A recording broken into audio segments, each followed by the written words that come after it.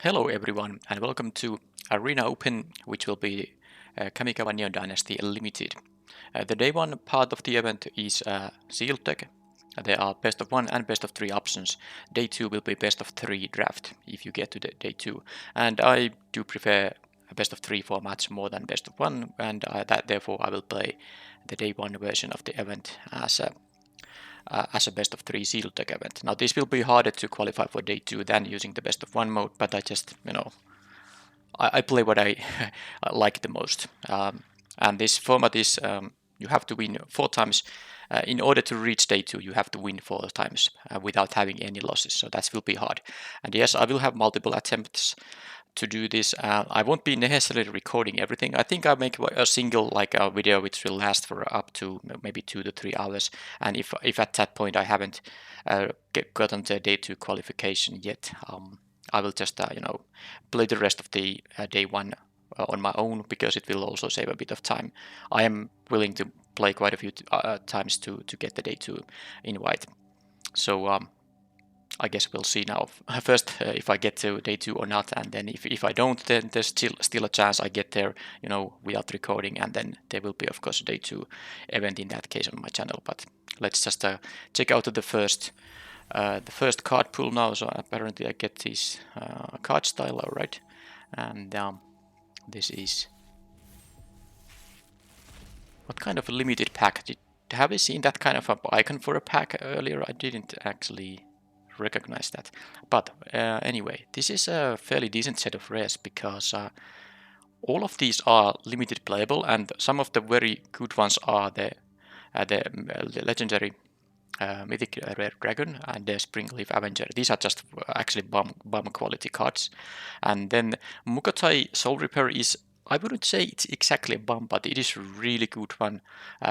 Even though it's a vehicle, this is definitely a vehicle that is very powerful. You can play it on turn 2, and then with Crew 2 you get a 4/3 creature attacker on turn 3, and then there's an option to use this sacrifice ability for some kind of evasion and a bigger creature. So that is a really good card.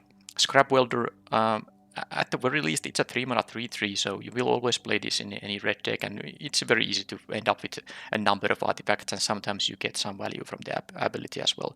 And these two blue cards are, definitely the land is always good, because you can always play these lands. There's no opportunity cost whatsoever. I mean, assuming you are playing the color they produce, and then the March of Swirling Mist. It's a nice way to get some surprise victories by phasing out the opponent's team, and mostly, I mean, that's of course a pretty inconsistent use of the card. You don't always have a good opportunity to do such an alpha strike, but this always will work as a 2-mana spell that will basically save your own creature from removal. So like a Tamiya safekeeping, not of course as good because it's a 2-mana and doesn't gain you life and all that, but it's still pretty good as a secondary mode of the card. Alright, so let's see the rest of the pool. So I'm happy if I... Okay, there's no white rare here, so... Well, I guess my deck could still be, half white cards, but I will be playing at least one of these rares for sure. I mean, if I play red or blue or green or black, I will have a card from this group in my deck. At least one. So let's check out the card pool now. Is my face on the way? I'll pause and check. Okay, now it should be good vision for you all. So let's quickly check through the cards here. I will pause the recording while I'm gone through the pool and figure out my deck or decks, and then I will resume the recording when I'm ready to present what I'm gonna build. So white cards. Okay, I like these creatures. Maybe not the Kitsune Ace, although this is nice when you have some vehicles. But otherwise, these are decent 2-drops, and I really like the double striker. It's, I think, a pretty strong 3-drop. And okay, so kind of bad news because there's a lot of white cards, and it's the only color that doesn't feature any rares. So I don't get to play the potentially very powerful cards. And I mean, I have opened 6 rares, and if I play white, I will be able to play only up to maybe 2 of them unless I do some splashes. Anyway, these white cards are still actually quite fine. There's a decent amount of curve filling stuff. I mean, curve filler is not really a good quality of a card. It's a card you are you can play, but you're maybe not excited to play if you classify it as a curve filler. But point is that you still want to have some kind of mana curve, and white has 2 drops, 3 drops, and 4 mana cards, which are the most important, cards in a limited deck. So white will work as a part of the deck. Then we have blue here. Okay, there's the rare land. Modern Age is really decent. Prosperous Thief, I have 2 of those actually. It's an interesting card, not like too crazy good, but getting some treasure tokens, especially early in the game, it's pretty nice. And one thing of note is that this says whenever 1 or more ninja or rogue creatures you control deal combat damage, blah blah blah. It doesn't have to deal combat damage itself. For example, I don't have the 1 mana rogue in this, the 1/1 flyer, the artifact creature. It is a rogue. You can just play this for 3 mana pre-combat and attack with any other ninja or rogue, and you might get some treasure tokens if they don't get blocked. So this is actually a different kind of ninja ability than most of them are. Just something to point out here, because I actually played this card once so that I didn't realize it, but I'm glad I read the card, and then I got it that okay, this doesn't have to deal damage itself. Anyway, what else there's the Suit Up, which is I think a pretty decent card. I do respect it now more than earlier. It is a 3 mana trick, but drawing a card goes a long way, making a trick very interesting, and I would be happy to play 1 or even 2 of these. But they are also like cartable cards. They are rarely synergized too much with your deck, so if you have a deck full of synergy, these are cards you can still cut. Then there's this thing, well, if there's the it's usually not good, but you can play it if you have something very expensive, like the common 7/7 vehicle with crew 2. It has haste and trample too, so you could maybe consider playing this card if you have that in your deck. Also, the Mirror Cell Crab is something you can... No, sorry, I was wrong. It's not a Tinker, of course, it's a equipment or vehicle card. Yeah, it doesn't work with this. Excuse me. A Moonsnare Specialist. Okay, fine cards here. And not too exciting though. There's the March of Swirling Mist, but it's not really a bummer. It's a card you usually play in your blue decks, but it's not really that great. I don't think the blue here is too interesting in the end. There is the Modern Age is always nice. Prosperous Thieves. Yeah, it's a pretty weak color, I would say. I'm probably not gonna end up playing that, but we'll see, of course. Alright, so black has... Well, I like the Infiltrators with ninjas, but I guess I have the green rare ninja, and green can have some common or uncommon ninja too. But yeah, this is definitely fine. Lethal Exploits are playable, not exciting. Life of Toshiro Umezawa, very good saga. Of course, the great rare here. I'm not interested in the depth of the Kami too much. It's most likely a sideboard card. And, well, that's pretty much it. There's a sideboard card with this, but triple under City Scrounger, not good. Mukotai Ambusher with tops the curve, and the amount of black cards. I guess with these, it's 2 + 2, this is 7, 10. I guess the total amount is 13, but I'm not really that excited to play a bunch of these cards, so it doesn't seem good for black. And then a couple of unexciting 1-drops for red. I don't like the Crackling Emergence too. Red so far doesn't look too good. Yeah, the Songsaber is fine. The Bronze Blade Boar is fine. I like the entry more like as a sideboard card. Dragon Spark Reactor really would require a lot of artifacts. Very hard to do in sealed. What else? Well, there's the Mythic Dragon. And of course there's Scrap Welder, which we saw already. And then a couple of playable 3-drops. There's a Steelbreaker and a Twin Shot Sniper. Okay, I like these 4-drops. And then Coming of Industry. So yeah, the Mythic Dragon is there, but there's not even where's the removal? There's not the what's the shock variant, and then the 2 mana deal 3 damage. There's none of that in here, so can't say I'm too excited about this. Yeah, well, there's the Twin Shot Sniper, but it's removal for only very small creatures. Okay, so not great. And then green has, wow, well, I like all of these cards. I have 2 of these Ghost Ties here. They are legendary, so of course you can't have them on the battlefield at the same time, but it's still a pretty nice card. That usually eats removal anyway quite soon, so if you have another one in your hand, you will be able to use it at some point. But yeah, these are very decent cards here. Okay, that's kind of interesting in a couple of ways. First of all, the Tales of Master Seshiro is I think, a rather good card, especially in sealed, which will be a little bit slower than draft. So this is nice one, and I have two of them. Of course, the Springleaf Avenger can just be a massive creature for its cost, even if you don't ninjutsu it. And of course, this nets you cards, which is great.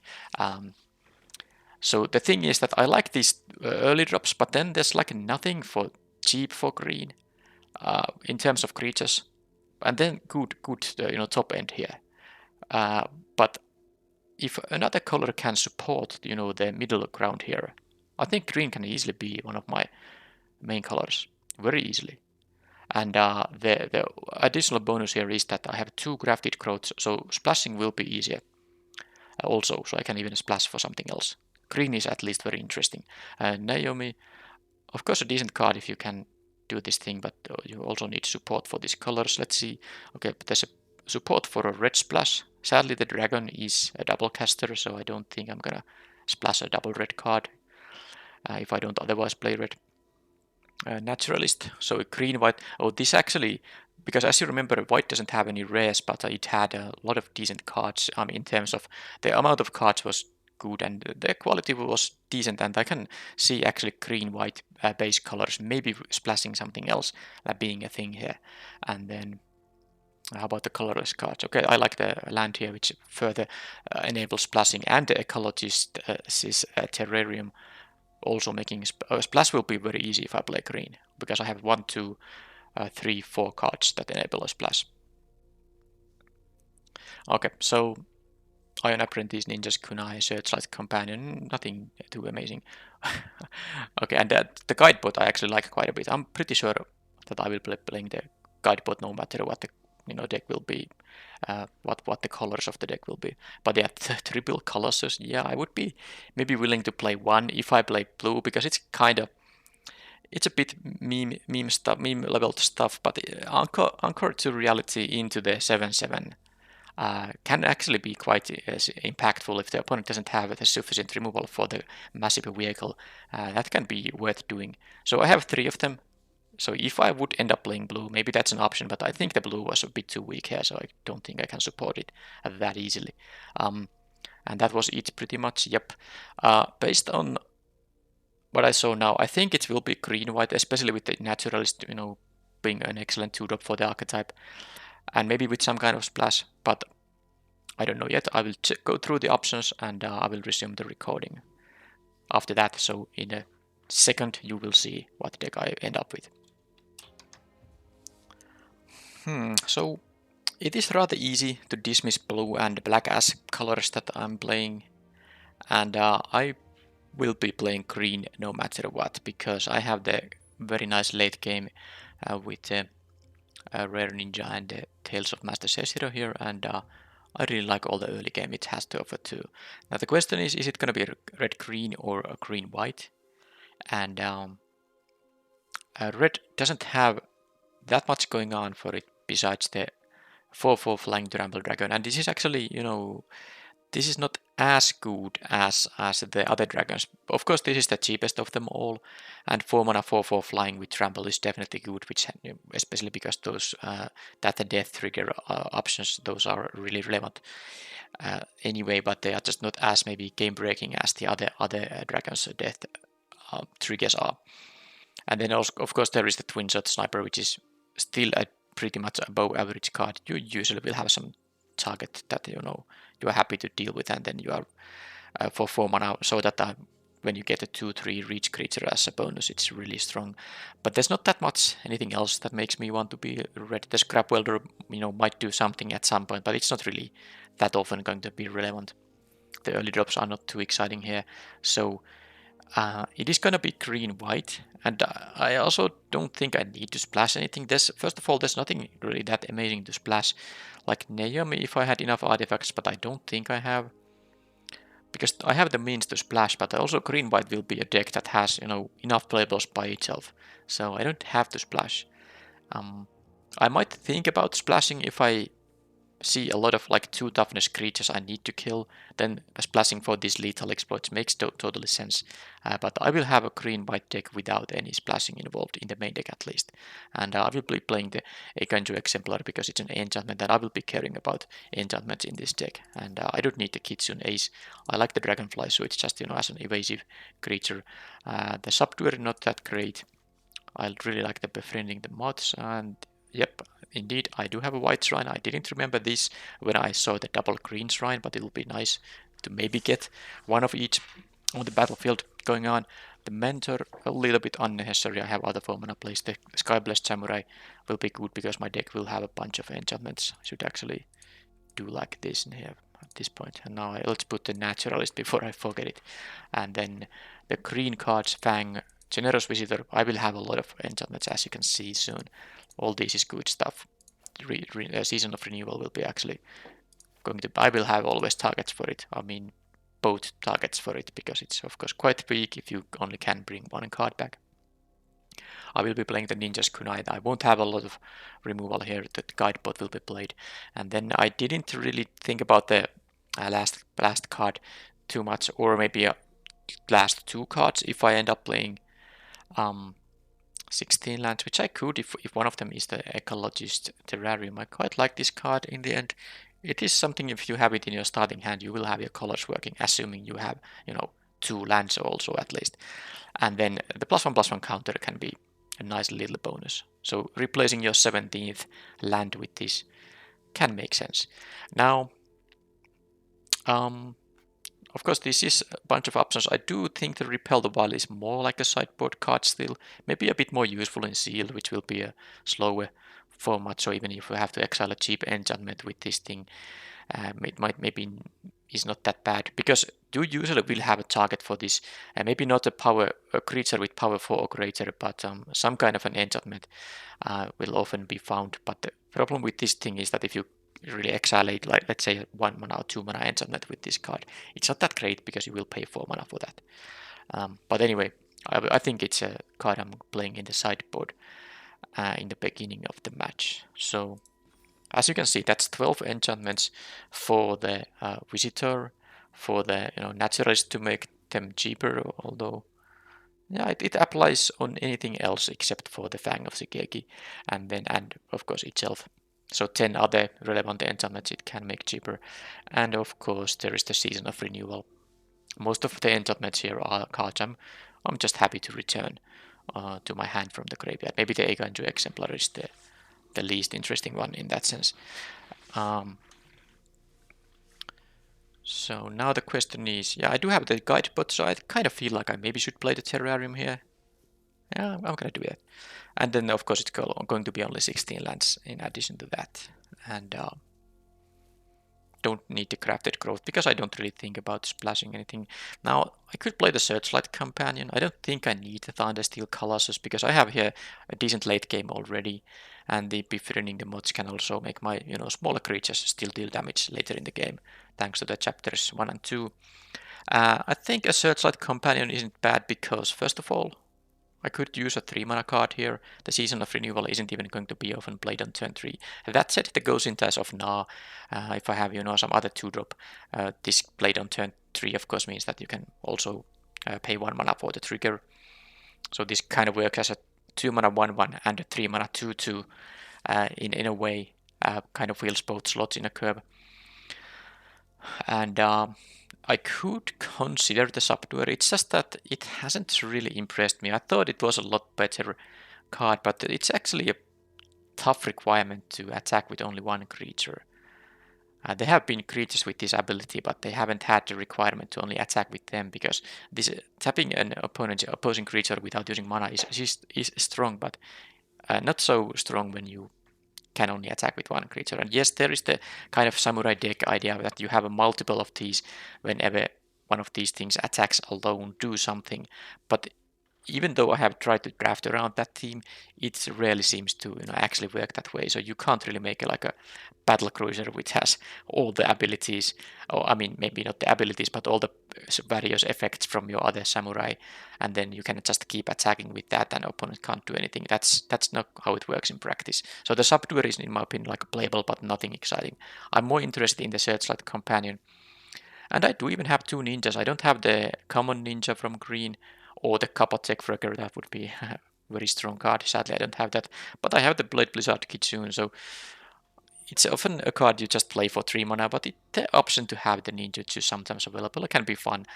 And this does get you a little bit additional value, to when you get to recast it. And of course, the Springleaf Avenger is a card you actively want to be able to ninja out, so this works with the Avenger quite nicely. Also, you get 2/1/1s here, so they are nice ways to crew the Dragonfly's suit.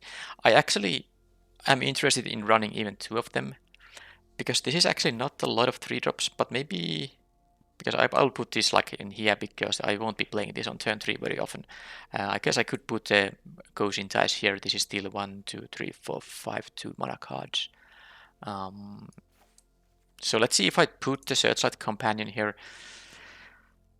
I would need to cut something at this point. I'm not playing 15 lands, and I don't think I'm going to play 16 without the Terrarium either. I want to hit my 5-drops early. So this is interesting, but should I cut like an Eikanjo Exemplar, which is maybe the weakest card? It's just that I don't necessarily want to lose any enchantments here. I like all the other cheap cards quite a few, and yeah, quite a bit. I mean, and these 1-drops are just great. So it's very hard to cut any card from here other than the Searchlight Companion. Maybe if I had like another vehicle with crew 1 that would make sense, or maybe the green common ninja. But I think I will play only 1 companion here in this deck, and this would be the build, minus lands of course.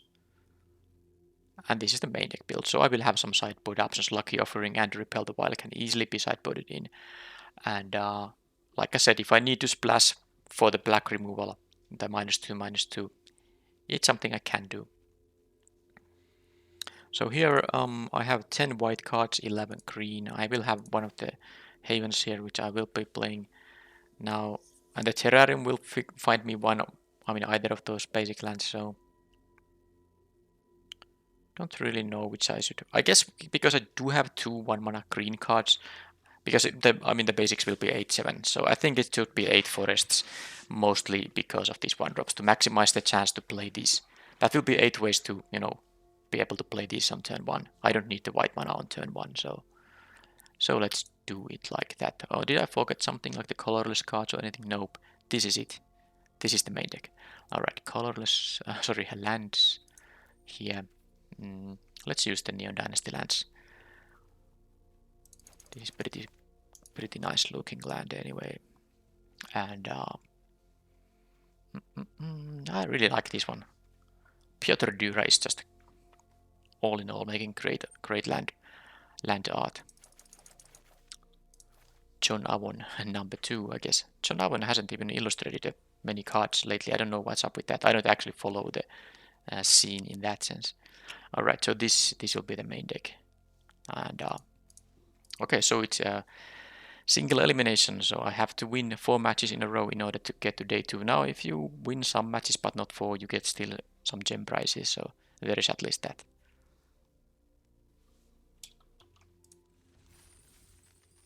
So the prizes for 0 wins are nothing but the card style, and then for 1 win you get 1000 gems, 2 wins 3000 gems, and 3 wins is actually 5000 gems, which is equivalent to the entry fee of the event. I paid it with gold, but anyway, 5000 gems is the equivalent to 25,000 gold, and then for a 4th win you get the qualification for day 2, and the minimum price on day 2 is 5000 gems, so basically the gem price will be the same unless you start winning more than a couple of matches day 2 when your gem prices start increasing.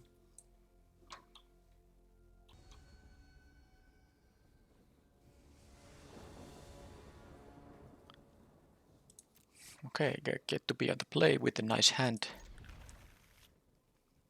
This is a samurai, this is a samurai. That's actually pretty sweet, because I can now play this, sorry, the Yukai trainee on turn 2, and then I will start gaining life with it on turn 3, because I think I will choose the Selfless Samurai. It's not the mana efficient play, because this would be better turn 3, but I think, okay, especially if I'm gonna be you know, raised by flyers, I should be starting to gain life.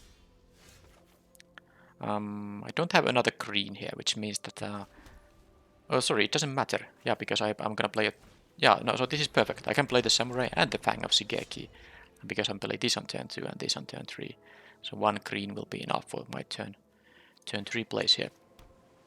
Let's see if they have a perfect start with the ninja. Maybe the card draw ninja is the most likely one, but there are some uncommon ones. There's the, I think there's the uncommon 2/4 that, you know, allows you to, well, I mean, it doesn't matter. There are some other ones too. So let's do like this now.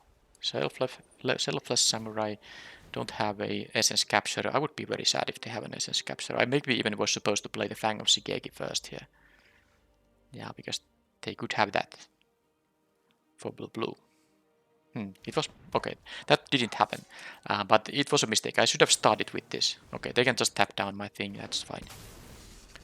That is fine. So next turn I can probably just play the Go-Shintai. And yeah, I don't need to have the mana available. It's still the cheaper thing to do. But of course I can draw something else I'm more willing to play. Sadly, I didn't get the artifact creature for 5 that can get an aura or a shrine card from your deck, because I think I would have easily played it with 3 different, well, no, 3 shrines, not all of them are different. Alright, so they have an acquisition octopus, so they will be starting to draw cards. It will allow me to maybe get an upper hand, at least temporarily, because of course their creatures will be smaller and there are fewer of them. Well, maybe not smaller, but there's less power and toughness in their deck on their side of the battlefield than on mine. But of course the extra cards will start mattering. They will have to use 2 mana to reconfigure though. So okay, they chose to attack, and now they have still priority because they can continue crewing this, so that's why they are getting the priorities there. So now I have options. I could attack with everything, because I wouldn't mind actually the trade with the Selfless Samurai. I wouldn't mind the trade there. I don't think they're gonna block the Death Toucher. Well, they can't block this because this wouldn't even die. So I could attack for 2 and gain life, or for 5 when they don't block, or if they do block the Samurai, I will still deal 3 here. And they lose this way to, you know, start drawing cards. Now the thing is that they don't know that I have a Searchlight Companion, which will be able to block the Disruptor. Of course, they can still, you know, crew this thing and reconfigure, but that's gonna be a waste of, well, not a waste of mana, but a lot of mana will be used that way. Because this will, of course, fall off after this becomes a non-creature. So I still prefer attacking with everything for 5 damage rather than, you know, dealing only 2, and I don't mind the trade here. That's really actually, I mean, the life link is nice, I can get here, but it also I don't want them to start drawing cards, and now they did that, so this is now, I'd rather deal 5 than deal 2 and gain 2. This is definitely better now. And now the question is what I should do here, because now I'm gonna play the forest anyway. I could play the companion still and double block the octopus. If they try to reconfigure this thing, I can just block it with the 1/1 flyer. If they crew the hoverbike and then reconfigure it, then I can only jump block. I wouldn't be doing that though at that point, but that would be them using 2 mana for that, and then it falls off. If I just play the Go-Shintai, but I think now that I have the 5th land, I can play this on the next turn and still have the triggered ability. So yeah, let's do this. Let's not give them the easy way to, you know, start drawing cards by just reconfiguring this thing on the Disruptor. And if they are just attacking with the Octopus, I'm just double blocking. I don't care if they use a card to make that a bad double block. This is just 2 creatures That I got from one card anyway. So let's see how they choose to do it.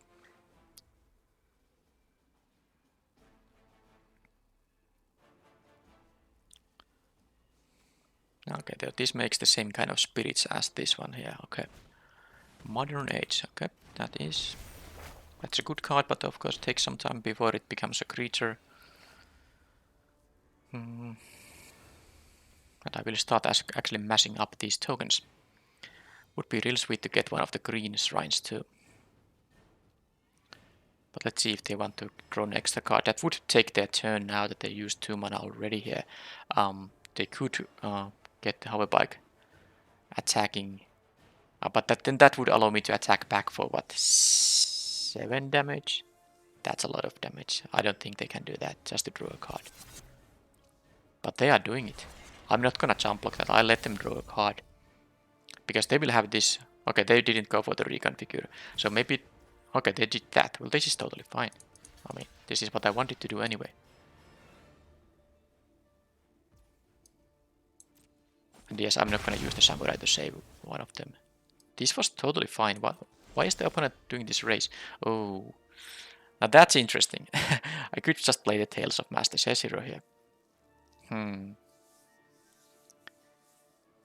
Yeah, I mean, I guess it's much more valuable to try to get this thing online than starting to make this one once. So let's do this and let's see what happens. They might have something. I'm gonna give it a Yukai Trainee, the counter. That is the most valuable thing. Because I can always save it from destroy effects with the Selfish Samurai. And this also, if it comes, if it is about a racing situation, I can make this a lifelinker if I really need to. Now, of course, blue-black has access to a minus. Well, I don't know. The black removal is mostly destroy based. There's a rare that exiles, I think. And they are blue usually can. Oh, that's not nice. But I mean, I'd rather actually lose the Goshin Tai than the shrine here. I mean, the Tales of the Saga. I mean, but it still hurts a bit because that would have been nice to start. Because opponent is at 9, I can just win by just making a. I mean, if they are able to stabilize, I can just win by making a lot of tokens. That's no longer a game plan for me. Okay, that's pretty good with the virus beetle. But I think it's time for the opponent to realize they can't really continue attacking for 2. I think they attacked a bit too many times already. Alright, so of course, classic, if you are made to discard your last card in your hand, you have to draw a land next. So they have the 4/3 here, which can block. Yeah, I think I'll just do this, because now I can attack with just a trainee and gain 4 life. And the Bushido, of course, makes it so that they have to double block it with the Brute Suit and something like the 1/1 here. Or I could attack for 5 and not gain life. But I don't, of course, want to trade the Fang of Shigeki on the Virus Beetle, so this is actually a lot easier. Somehow I ignored the Virus Beetle. It would be miserable to trade the 1/1 Death Toucher on that thing. So now they don't have that great of a blocks. They would have to block with 2 creatures if they want to, make me lose it. And of course, if they do that, I can still make it indestructible. Because it will become a 5/5, so they have to block with both the Beetle and the Brute Suit. And at that point, I'm pretty happy to just save it. Absolutely. Absolutely just save it. Because a 4/4 is more important than this Samurai now. And next turn I will have a hasty 5/5. So that's a bunch of things they need to deal with. Now they will get their 2/3 flyer, but they are not in a position to actually raise me. And I have big creatures. This is a 4/4 that acts as a 5/5 if it's being blocked. And this is just a 5/5. And this is also Death Toucher that can trade with anything. And I don't actually mind trade with the Network Disruptor. If that's what they choose to block with, that's totally fine. They have only 1 card left in the hand, so I really like my chances here for this game 1. I'm at 20, they're at 9, so I'm basically, and yeah, I have the better board state now. So unless the card in their hand is something really good, that makes me want to not attack with the Fang of Shigeki. In fact, yeah, Dragonfly Suit being crewable by 1 power creature makes me not attack with it. It's just 1 damage anyway. Okay, so let's just do the easy attack now. They don't have good blocks on both of these. They have only a total of, what, 5 power in here, because they can use 1 power creature to crew the hover bike, in which after that point they will have 5 power. So they can group block to kill the Seshiro here. But I can still kill both the Vector Glider and the hover bike here. So that's a great trade for me, assuming they have nothing.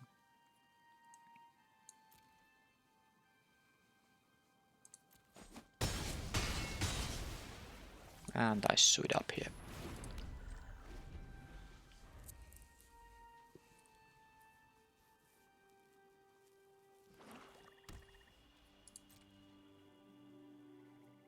Yeah, this seems like the game 1 is mine. Well, especially now. This is also a card I don't want them to know about. It seems like I'm winning here no matter what.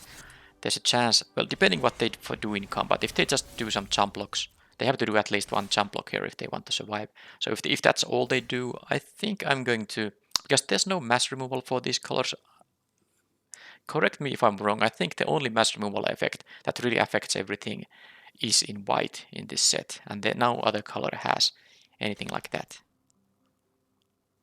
There's of course the black that can give -2/-2 to every creature, but my Yukai trainee won't even die to that, neither will the dragonfly suit. So I would just win by ninjutsuing this thing in, because this would deal the remaining amount of damage, but it is valuable to hide information in best of 3, especially when it's such a high impact card as such as a Spinning Leaf Avenger. Now this could allow them to get, if they are having a splash color card in their hand, that can mean that they can play their splash color, but I'm confident that I will be able to still win the match even if they play some miracle card here, because I have so many threats they need to deal with. Rasperous Thief is just not enough. Now they actually showed they have this. They shouldn't do that kind of things, because now I know that they can be a ninjutsu for 2. That is a 3/2 creature, giving them a treasure token. I don't think there was any reason for them to show that card, unless they hope that I forgot that I have a 3 power flying vehicle that is just a win because they had no cards in hand. So there was no reason for me not to go for the win. Alright, so what I saw here is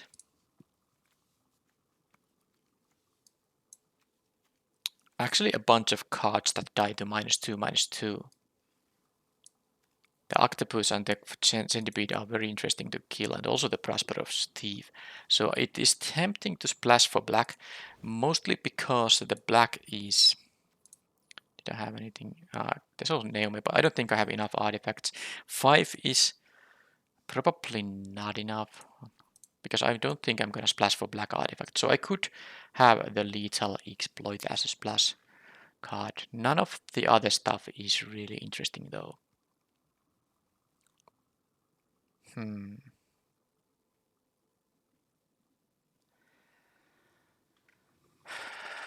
would have to make some massive changes here though, because I would also need to include the crafted growth. And yes, I'm aware that there's only so much time to do the decision here. So the crafted growth would, at least one of them would be needed. I would need to cut some number of these cards. Is something here like just bad, like the Ikanju exemplar? No, I think my cards are all just pretty darn good. I don't think it's worth it. I won't be making my mana worse. I'll just use the exact same. Maybe I didn't actually see the options. There was. I maybe should consider the white mana things that can destroy an artifact that has mana value of 3 or less, because I saw a couple of them. But did I only see one that is an interesting thing to kill, like the one for... Either way, I don't think it's that necessary, and I have a nice hand here, because I can do the visitor, and even though the terrarium isn't the most impactful 2-drop, I actually, especially with the ninja draw, do want to hit my land drops, and this makes it... This gives my 4th land drop at least, so I can... Okay, they have something... I don't think there's anything that punishes me. In this set, there's no flash creature really, is there?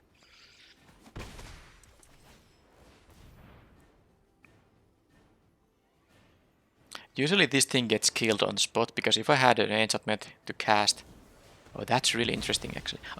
But no, it is that was well played by the opponent, because if that's the only creature I have, I need to target this thing, so they can always respond by killing it anyway. So I don't get the extra counter for any kind of value there. But here is actually a chance to get this ninjutsu for 4 mana happening. Now they of course play a bunch of... Oh, that's sweet. That they play a bunch of With the right tools, I can do anything. flyers, so this might not be an unblockable thing. But then again, I can just jump attack with the 1/1 flyer and the 1/1 ground guy, and one of them will be unblocked. They will of course make this thing here, and I've got all kinds of connections.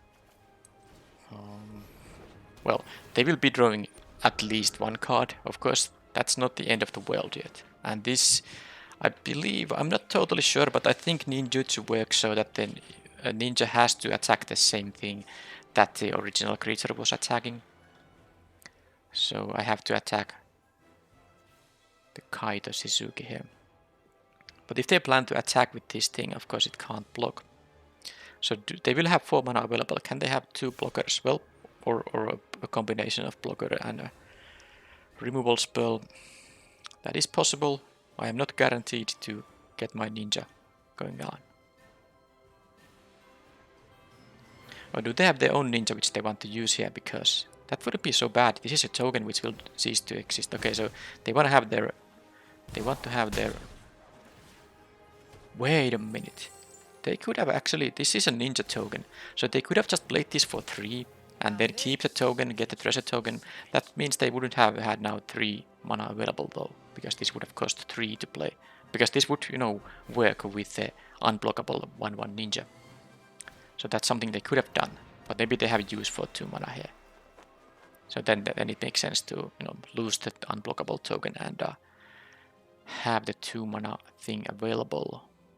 It does seem like they are going to have something.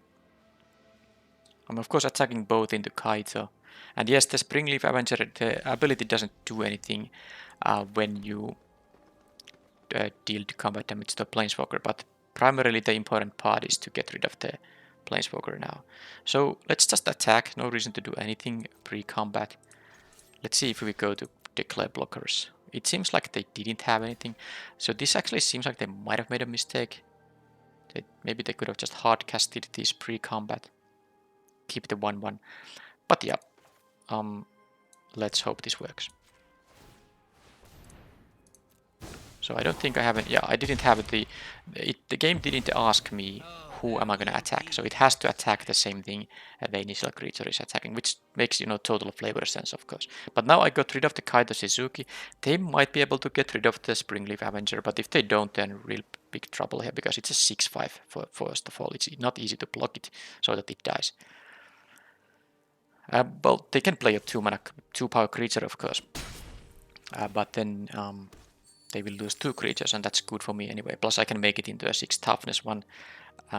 But they didn't even consider leaving the Prosperous Thief to block, so I think they will have something on the Avenger. Okay, so there's like no chance I'm gonna play the Tales of Master Cesiro and then have this dealt with in some way. I should just play this turn. I'm gonna play the Yukai Trainee, the Goshintai, and then the 5th land, allowing me to put another counter on this thing, because now it's just gonna have to happen so that something is happening to the Springleaf Avenger here. Tamiya's completion is one of the multiple things that could work there. They still have 3 mana up, but I'm not too worried. I mean, if they have like counter spells, well then they have counter spells. I'll live with that. I have my Skyblessed Samurai coming up. It will be cheap. I have 2 enchantments here. Oh, they do have an actual... They have an SS Capture, so did I make a mistake this turn?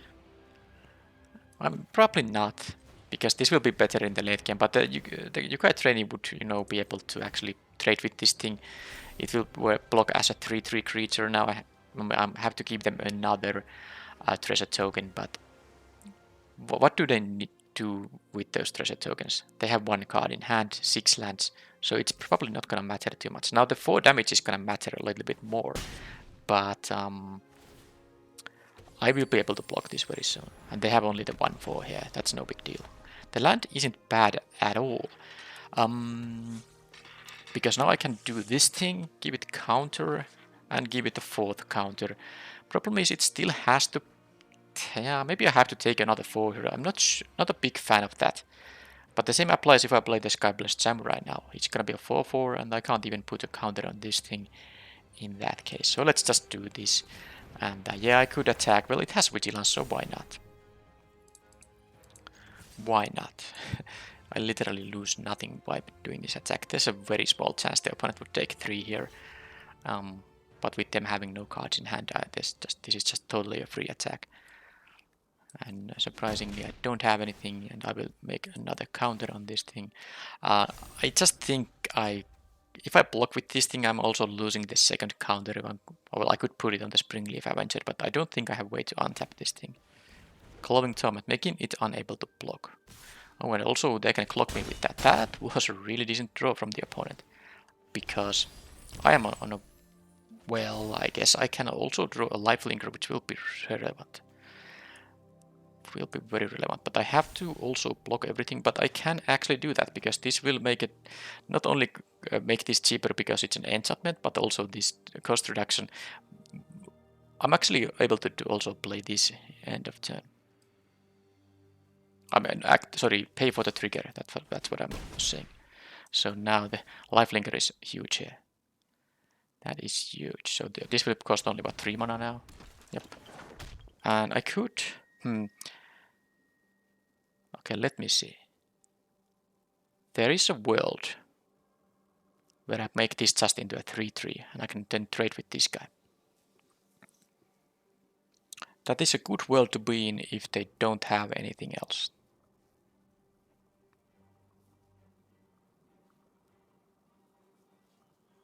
But I'm getting the 5/5. I can still attack with this. I think it's the safer way is to play both of these guys and just trade the 4/4 flyer, because usually you don't really want to do that. A 4/4 flyer is massive, but opponent has really nothing here. I have a 5/5 coming up. This is still a big threat that you're gonna lose to in a matter of turns. And I can also, if they just attack with the Prosperous Thief, which I assume they will be doing, I'm still gonna double block to gain the 2 life. And they can choose to kill the Yukai Naturalist in that case, but I think me being at 6, okay, they chose to do it that way, which is also fine. This is also fine. I'm getting my 2 life anyway. Short circuit. Okay, so they actually, well, that's fine. I'm not sure if they were supposed to actually give the short circuit on the lifelinker here, because I think they should consider. I guess they wanted to keep this around, but I'm getting this 5/5. Does it even make any sense? Anyway, let's do this. Draw the card for 1 mana. Eikanjo Exemplar. Yeah, okay, let's make the lifelinker a little bit bigger now. I mean, is this a lethal attack? It's not quite. They're gonna be at 2 when this is all said and done. Yeah, this vigilance is really sweet, and of course I have other blockers. Yeah, this should be... I mean, they have to draw something very good now. Something very good now. I have 3 blockers and their creatures don't trample, even if they were able to make something fly. Okay, this is game over now. They drew a lot of lands, but then again, I have 6 lands, they have 7. It's not that big of a difference. Okay, so I think I can attack with everything, and that's clear. This also tramples, so yeah. That was it. I won 1 match. Well, so far I have won 1 match, which already gives me 1000 gems, which is nice. Yeah, the one nice thing about this best of 3 day 1 event is that each win really matters. So I went from 0 gems to plus 1000 gems. Next win is plus 2000 gems for a total of 3000, and then the third win is also plus 2000 gems for a total of 5000 gems. And of course the 4th win is just super valuable because you get the day 2 invite.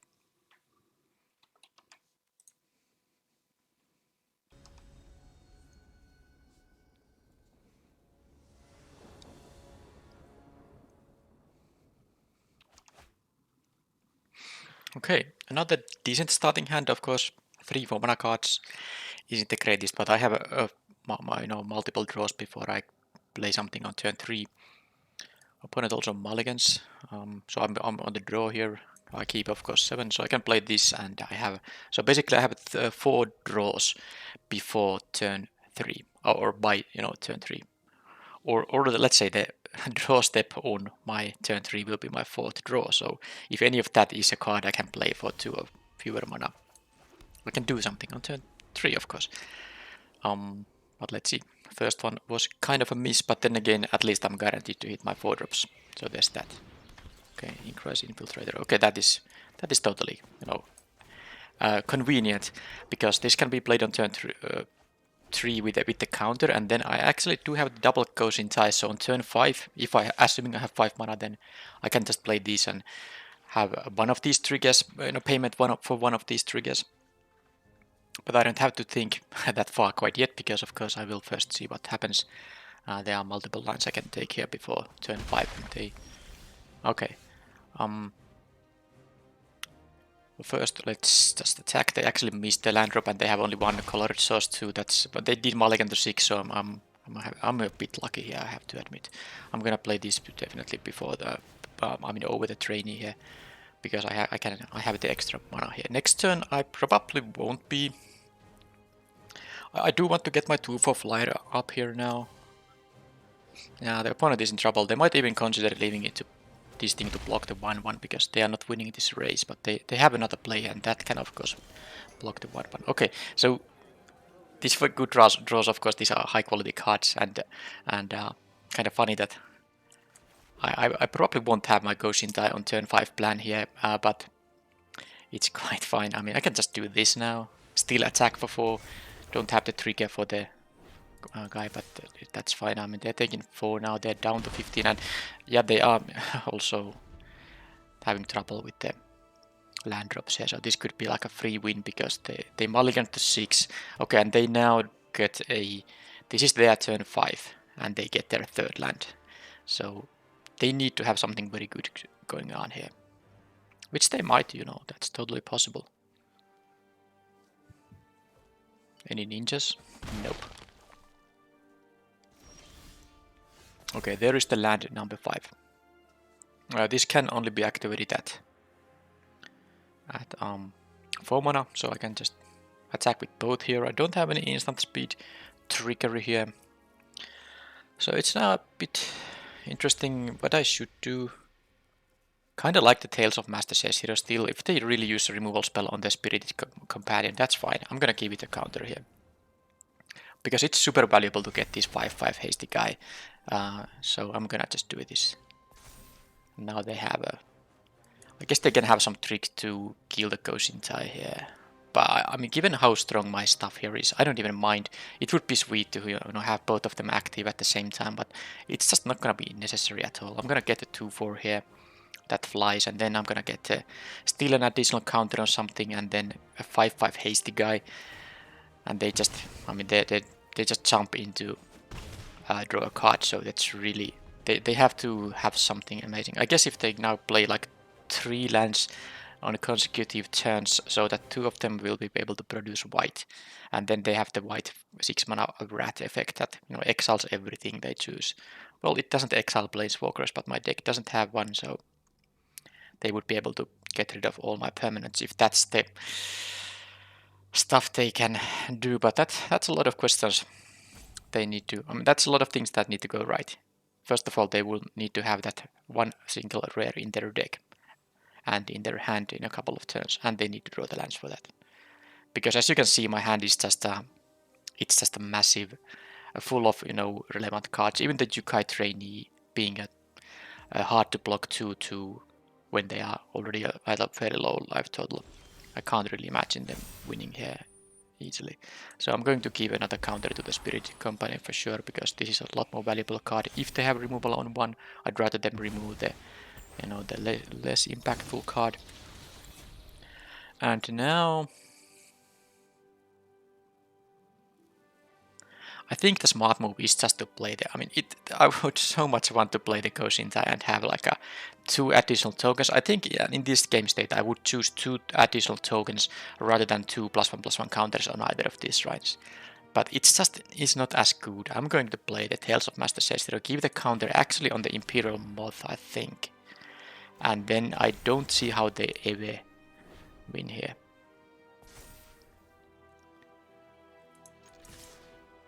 They probably just go for the jump on the companion and draw a card again. And then I'm gonna have a 5/5 coming up. Yeah, this is...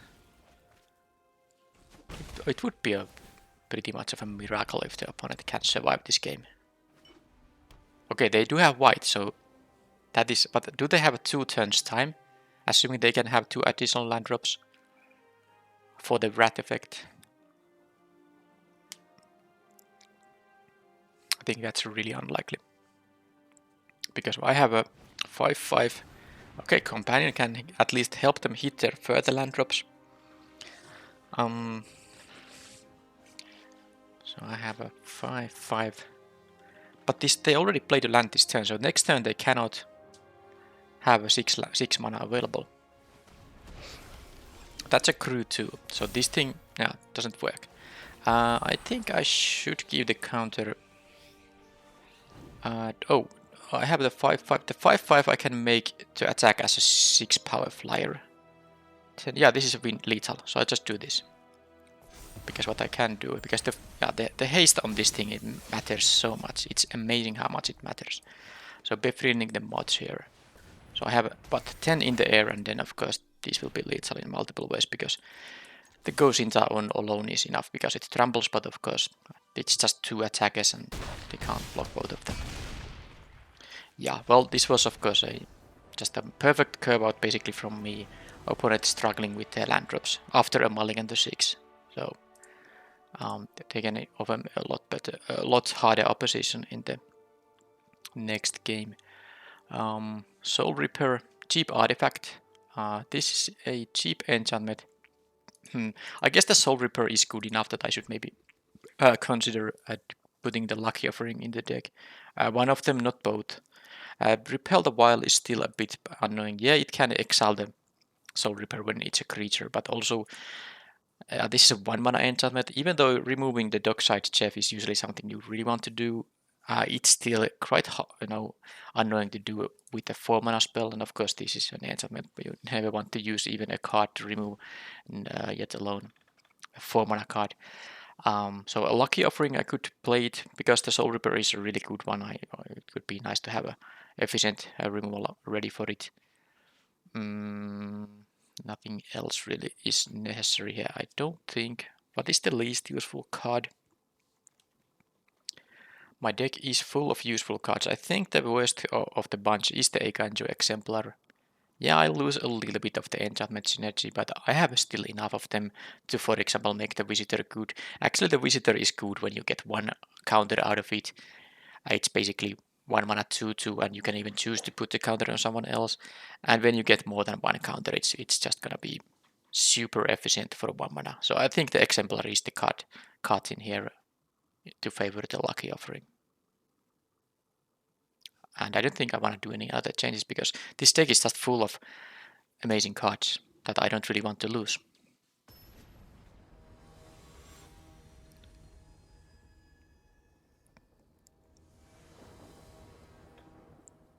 Okay. Again, I get just a perfect hand here. Well, I don't know, maybe not perfect, but a very nice hand. You always want to keep this kind of a hand. I have 1 drop into 2 drop into still relevant spells here. If they have the rare vehicle, I have the answer for it. If not, well, I mean, this will maybe answer something at some point. And here I can just... I mean, I wouldn't mind trading with that thing, so let's do the trade here. And they do seem to at least consider blocking, but they didn't. And I have a nice turn 4 play. I might miss out on the turn 3 play, but usually when you have a relevant 1 drop and a 2 drop, and missing a 3 drop is not that bad. I'm still totally tempo-wise in the game here. Even if opponent follows up with a 3 mana card. Oh, that's an artifact with 3 mana, so I do have actually a relevant turn to replay, even though I drew just a land here. So this is just fantastic. I even gained 3 life here. Now that's already 2 targets for these lucky offerings. I need to, just in case I lose this game, I need to pay attention to how many other targets I see, because this is a card you are happy to sideboard, you know, even sideboard in at 2 copies if, you know, opponent has enough targets, because 1 mana removal on anything that costs more than 1, even if it's just 2 or 3 mana, it's just so great tempo value, and the life gain can matter too in a tight game. So a game I'm befriending. Oh, they have a 3rd color splashing something. So I can play the befriending the mods here. Oh, this is just sweet, because I'm actually getting this done. Assuming my Fang of Shigeki and this Saga here survive, I have this as 5 mana on the next turn. So I can just continue the attacks here for 4 here, unless they for some reason choose to jump block with the Spirited Companion, which I don't believe is gonna happen. So now this could be... So I have done relevant plays on every turn. 1 drop, 2 drop. My turn 3 allowed me to get rid of their 3 mana card, negating their turn 3. Then I had a very relevant turn 4 play. I might have a very relevant turn 5 play, but now it seems like they get some value with the ninja here by getting the redraw with this thing. But I'm actually not that sad, because me getting the Skyblessed Samurai will be quite good. And also the Master's Rebuke here. I mean, if they have a problematic creature I need to deal with, I can do that. And I will continue the aggression here.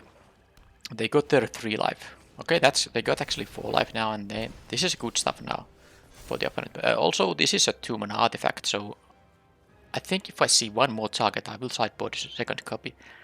If it, you know, if I have to sideboard something, because there's of course a good chance I win this game still. Quite like my chances now, but opponent is, you know, putting up a really good fight, and they are at 3 cards still left in hand, with the draw step of course coming up, meaning that if they just, for example, remove the Samurai here, they're gonna be able to deal what, 5 damage here, and these ground cards won't be that impactful, but the befriending the mods is, you know, coming as a 2/4 flyer. They will get 2 other cards with this thing, but it will, you know, hurt their tempo a bit. So they're not gonna do it right now. They have a Reign of Truth, okay, that's really good. That is really good, because that's gonna give 1, 2, 3, 4, +4, +4. Okay. And they can attack with everything. Now this is bad, because I think if they didn't have an attack here, so this seems like you are already dead, because they attack with the 1/1. A combat trick, don't see that working. I'm gonna block the 3/1 here for sure. I can't really afford to take this much damage, because I'm gonna get a lot of more damage on the next turn.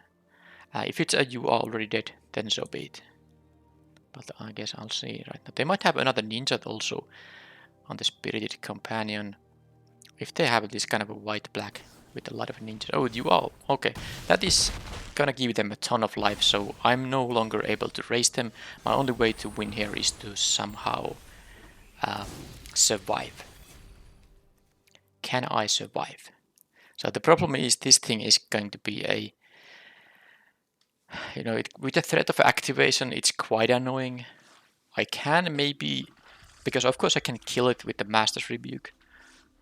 The Michiko's Reign of Truth can target something. I will have to at least see what is the target for that thing. And now I'm going to decide if I'm going to grow some of my guys. Not sure if I want to. But I guess I could be growing the Yukai Trainee here. I will still have mana for the Rebuke.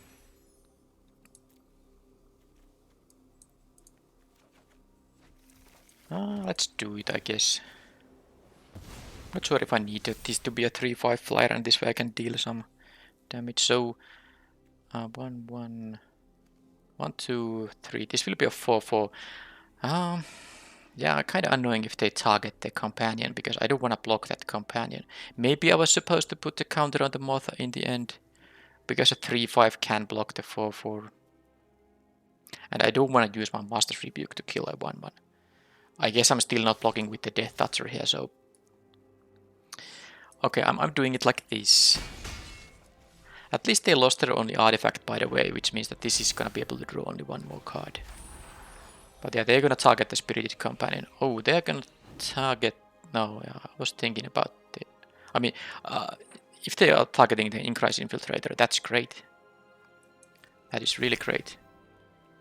I have my Death Toucher which can kill it. Now, if they have a response to that, if they can kill my Fang of Shigeki, that's of course going to be horrible. But I'm just hoping they don't have it. And then now that they also attack with the 1/1, that's really good. I can eat it for free, hoping they are gonna go for the pump here. It's not a lethal one, so I think they might choose to not pump if they have some other use. But I have to, of course, use the Rebuke here. Maybe a pump spell? I really wish they would have like a +1, +2/+2 or something like that, but that's not the case. So let's see if this is gonna work. They have a response here, that's really bad. I'm basically most likely gonna lose now. Depends on the response though, but no, even without any... Okay. Why would I make this kind of mistake? That's a really good question, but... What? I guess that was kind of... It wasn't totally a super big mistake, because the only way to make them use mana for the pump effect is to go to declare blockers first. I didn't even think they might have yet another ninja. And now I know they have 2 of these prowlers, so that's already enough artifacts. That's 4 artifacts that can be killed by the lucky offering, so I'm going to sideboard in another one of those, because I also think that unless I get super lucky, I can't win, because they got such a massive amount of life from when we were young that I can't raise them in any reasonable capability. I can't even attack with anything because I need to block the menace creature. So I'm not completely lost, but my deck has very few removal spells, the Master's Rebuke being one of them, and I think the Ninja's Kunai being the other. So how do I even beat the flyer here? Because the problem with the Prowler is that they that also allowed them to get Death Touch and Lifelink for the befriending them. They killed the 2/4 flyer with the 1/1, so that was like doubly very bad. And now they get to draw 2 from this thing.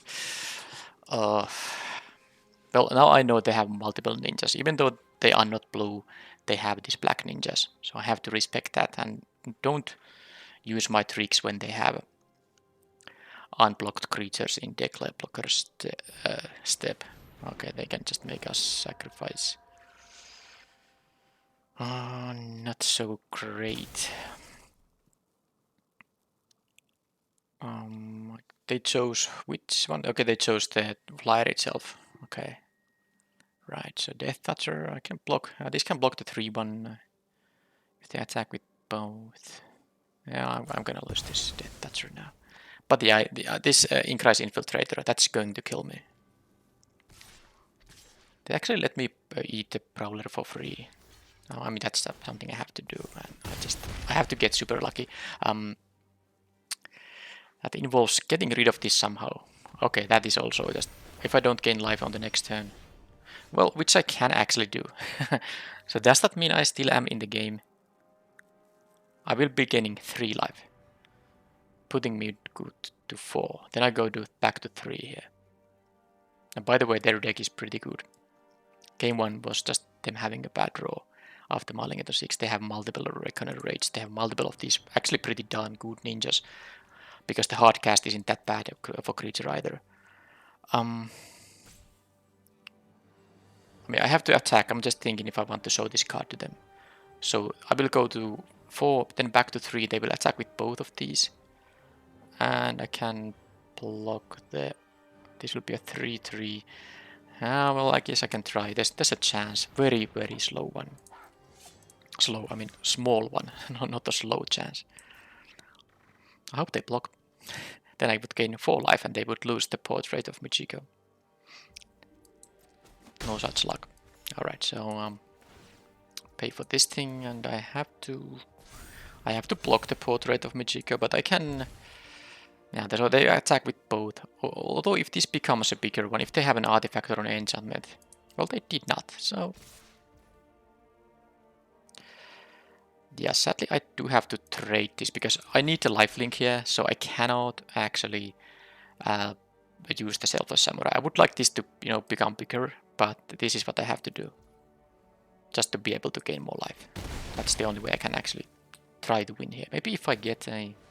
Yeah, but okay, the flyer is of course the problem here. That is just gonna be a at least a 3 power. With another land, it's a 5 power flyer. And they have still this Menace guy, so if I draw a land, that's a lost game. So this allows me to deal 4 damage actually. And I can double block the captain, so I'm at 5. If they don't have a land drop, yeah, I mean, there's a way, there's a very small chance that I am able to win here, so... I mean, well, maybe not win, but a very small chance that I'm able to stabilize here. So let's use all the chances I have here. Sadly, I will be losing... Okay, I will be losing the Selfless Samurai now, because I cannot choose to not block the road captain. They have 5 damage coming up if I don't block. And if they just drop another land here, well, I guess I make them... Yeah, and they did. I make them use for 8 mana for the pump of the Incrise Infiltrator here.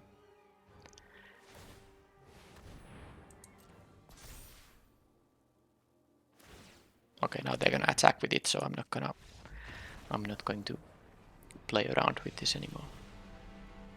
Alright, so Lucky Offering, thank you. And now the ninjas, they are a thing. I have nothing that does stuff to flyers. I'm thinking about maybe cutting the Searchlight Companion, because it's actually quite unimpressive against the 1-2 flyer for 2. I need to cut something anyway. So this is the deck. I don't think I need anything else. This is still not so great. Repel the Vile, I just don't see... I mean, they have enchantments, but they are all those cheap enchantments. I don't really care using so much mana to deal with them. But their deck, looking at these cards, this is pretty amazing stuff. Gravelighter too, very problematic to deal with, but let's hope I get some very, very good draw here. I have actually had good draws, so that was just the opponent having a better game than me. I do wonder how it would have gone if I used the Master's Rebuke on a turn so in the declared blockers, so that I would have actually killed the Infiltrator and I wouldn't have lost my 2-4 flyer. Anyway, this is a very nice hand, so I have a chance. I have a chance to beat the opponent with this hand, even if they have a good start of their own, including Okiba, the Reckoner Raid here, which they do have. I saw at least 2 of these guys. Okay, there's my ninja as well. So well, let's see what kind of 2-drop are they gonna have. Am I gonna get a free 2 life with this thing, or do I have to trade with something which still allows me to have that, you know, 2 life?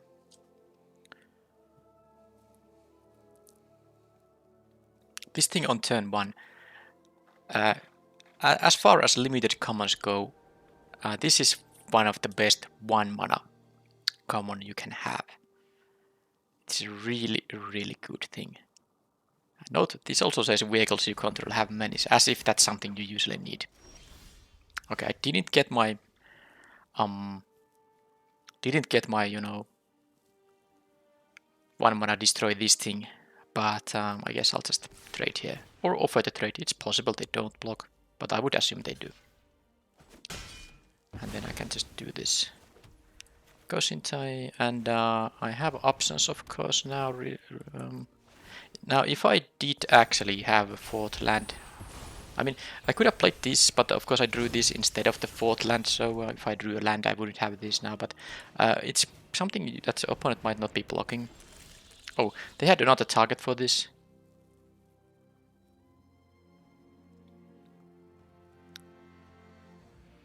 Now this is actually interesting.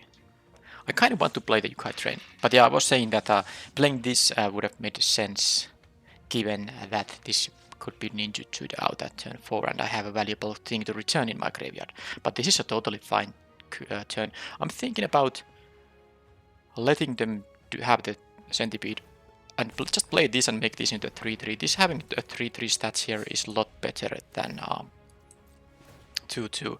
So I can use the Lucky Offering later on, and who knows, maybe they have the Soul Reaper or something like that, something even better to kill than the Centipede. Now they might have the Ninja thing. I saw 2 of these things. Okay, that is annoying. Also unfortunate that they chose 2, of course. Enchant that thing there.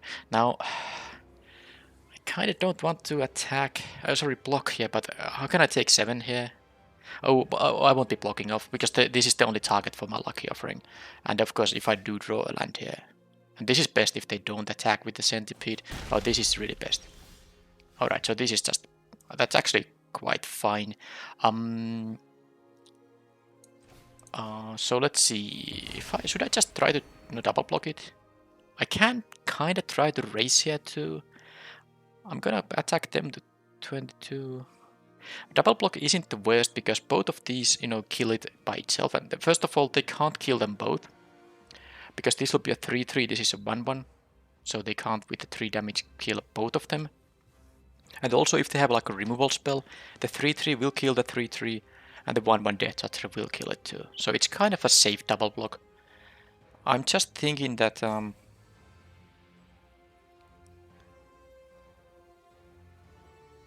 they're quite unlikely to ninja this thing away because it has the enhancement on it. So I don't mind if they connect. But I really like to have the Fang of Sigil, both of these as available attackers because... Yeah, okay, I'm gonna do this. It might sound a bit crazy because stabilizing is also great because my hand is so good that I'm not worried about running out of gas in the late game. But yeah, this is... Okay, so now I basically need to draw a land. Come on.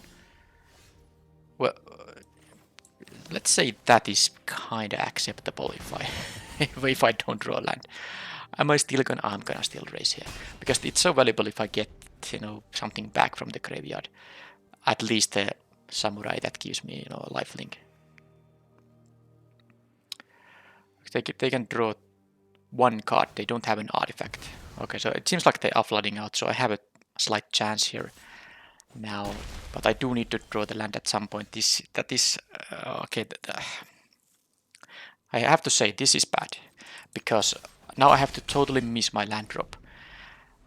And that is the way I can actually lose here. I actually kept a 3-lander, didn't I? And I never drew up until now another land here. So drawing a 2 or anything that costs at most 3 mana would have been totally fine. And now okay, this starts to be bad. This starts to be very, very bad. First of all, I just have to stop the attacking, which is not really that big of a deal, but now I mean this game will be over before I get to deploy everything, so I have cards I have no use for. Because even if I win, how can I... Okay, now it's gonna be a double block time. But first of all, my Springleaf Avenger is unlikely to anymore. Unlikely to actually go unblocked. They can just have a big blocker for it. So, I'm sorry, the Yukai Trainee is unlikely to go unblocked, which means that the Avenger won't necessarily happen. Yep, like I said. Oh my god. I actually have drawn 8 cards without drawing a land. A single land. And I have drawn so many of my expensive cards. Wow. Also on this situational. But this will be good when they draw something. I know they have a bunch of things, but oh man, that is actually horrible. My deck has still 1 befriending the mods. Is that the only thing I cannot cast anymore? What a way to lose this, drop out from this event. I guess the opponent had a really bad game 1 here, but this is, I mean, consider the odds. First of all, my deck has 13 lands left in it. And how many of the non-lands are actually cards I can cast with the mana I have available? This was multiple uncastables in a row. And it's too late to do anything here.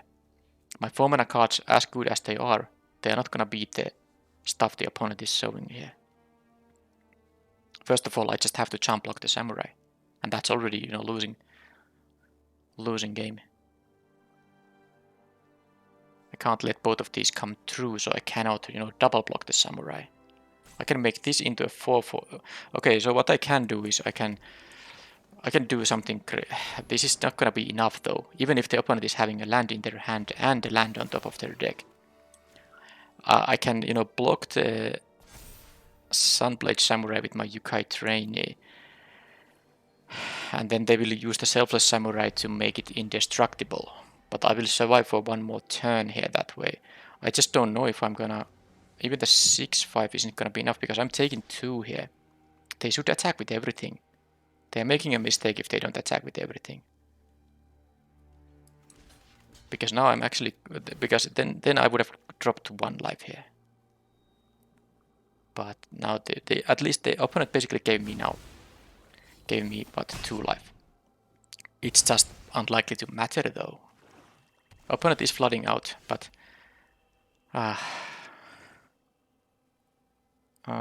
so I can play the Goshintai of course, but I have to jump block. That's the problem.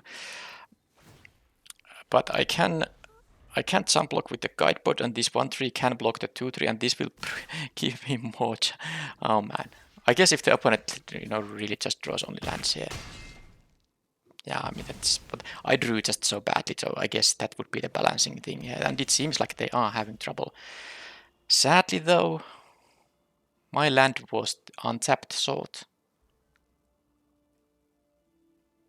Sorry, tapped sword. So I can't actually play anything because I can't play the befriending the mods because then I would have to jump with the...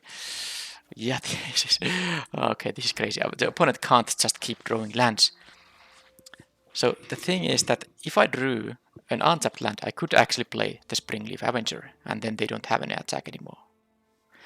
But I can't do this now because then I would have to lose this, and that's horrible. So I just need to, you know, do this. Because I can, you know, if the opponent doesn't play anything, I can still survive here. But this must be also so frustrating for them because they have so many lands. But I mean, it's just a screw versus flood, and they still just have lands. I mean, now I have a chance. This is as crazy as it sounds. This is now me having a chance here.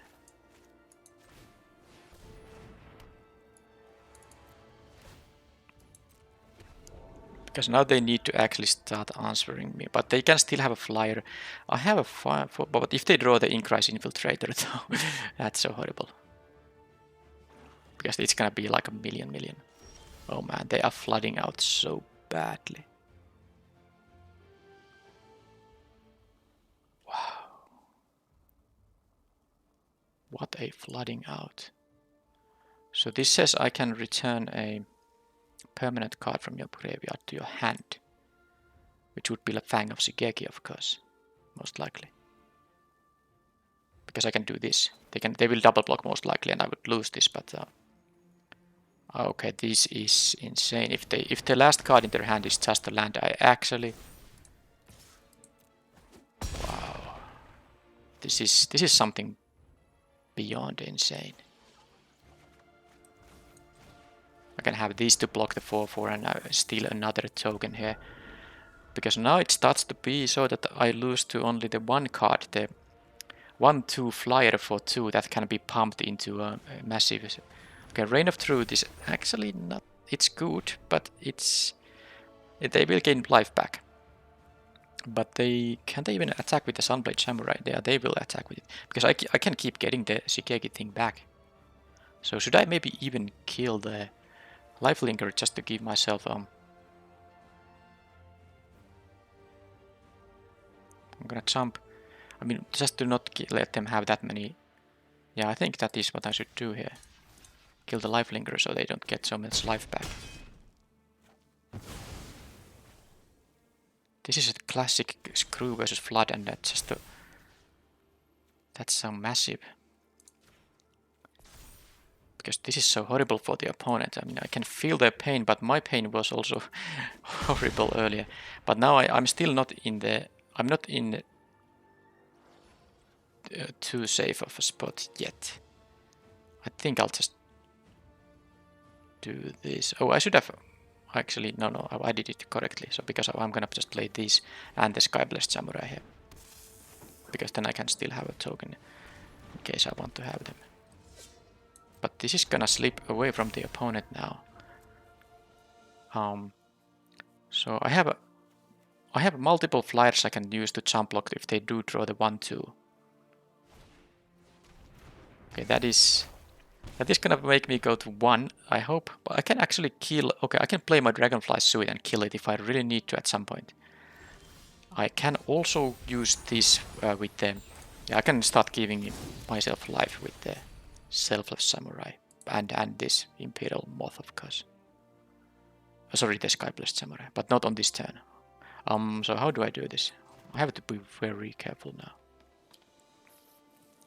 I'm gonna go down to 1. Is there a reason I should just kill this? I don't think there is. If they draw another Occupy Reckoner Raid, but they had one already. How many ways there are to deal 1 damage to me? I can't gain life on this turn. It's just not happening. I also can just try to win quickly, and it feels like that's what I'm going to do here. Can I win on this turn? I have the double strike. If I attack with everything, 10 from here. No, I don't think it's quite yet lethal. Let's do this. This thing actually keeps vigilance, which can also matter a little bit. They can also jump block the 7-6, but I guess... Yeah, maybe I should have played another befriending the mods here. They might jump block the 7-6. Because what I'm absolutely doing here... Okay, they did it. I'm going to get the... Well, I mean, I can just win on the next turn too, but Selfless Samurai is here. And I think I should play it to have up the ability up here. I don't need another 1-1, that seems just totally unnecessary. Okay. So now I'm gonna go down to 1, and I don't even know if I deserve the win here. I kinda... The opponent had a massive flood, but I had also very bad draw, so I don't know how should I kinda feel about this game. I guess I don't feel too bad if I lose here. And they got the Infiltrator, which they needed a lot earlier. I don't feel too bad if I lose here, because this was also so frustrating for the opponent. Because my only chance was that they really just draw a million lands back to back, and they did. Now I can probably win by attacking with everything, right? This is a... They have 8, so they can... This is a 5-6. Oh, actually I can just make this into a 6-6. Yeah. So I should give a counter to the flyer. I'm just thinking if I want to gain the life or... Yeah, I'm gonna gain the life here. So that's a 6-6, right? Now, although I have a win here, don't I? Now they're at 9. They can block my biggest creatures, and they will be dealt enough damage once I do the Blade Blizzard Kitsu. Now, if they have some crazy way to survive, though...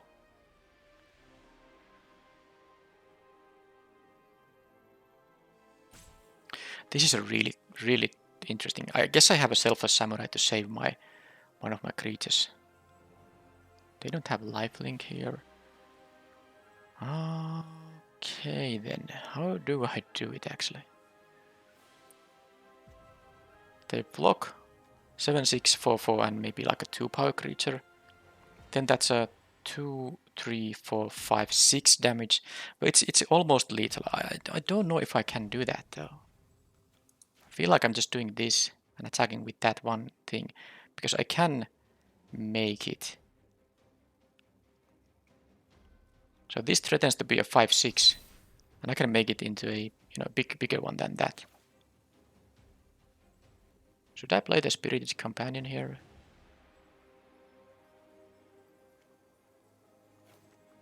I don't think so. I think I'll just play the Dragonfly Suit post-combat. Because I'm going to gain 6 life now. I'm going to gain 6 life. I'm attacking with only that one thing. And that's gonna make it so much safer.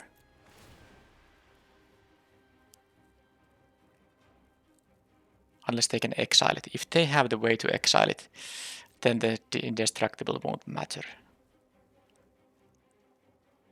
I think they might have used an exile spell earlier, but can they prevent me from getting the life? I mean, they can't trade. They can't kill it with the infiltrator because they can make it in the 5/6.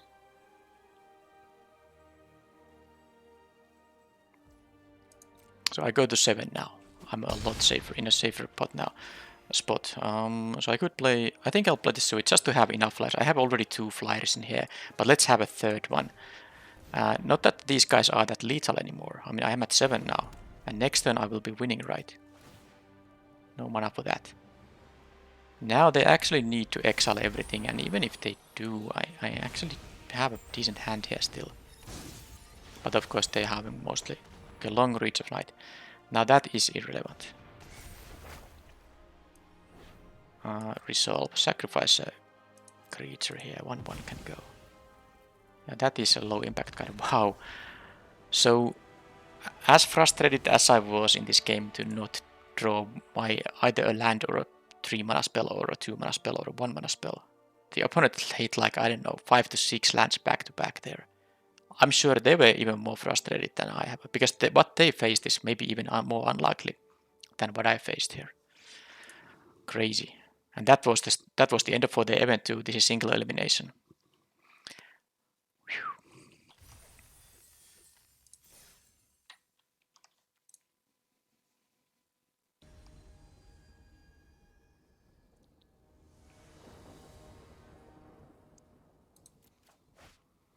Okay, first Mulligan. I do have a Plains and Spirited Companion, so any land would give me another draw. And I also have a 2 mana white card, another 2 mana white card, so if I do draw 1 land, I can also play at least that. And then of course I can play most of these stuff if I draw a forest. So this is something I would keep at 6 cards, but at 7 the risk is just not necessary. I will go to 6 rather than keep that. Oh, and now I get another 1 lander, so I guess it's time to have one of these. I'm gonna keep this. It's a fine hand as far as 1 landers go. And I think the Season of Renewal is such a late game card that I don't really keep it here, and it's also very easy to decide to make this produce green because I have only 1 white card and 3 green cards here. So if I draw a land here, things will be fairly okay. Of course, if I don't, it's just probably a very fast loss. But I can still draw one. Oh, that's not nice. Well, actually,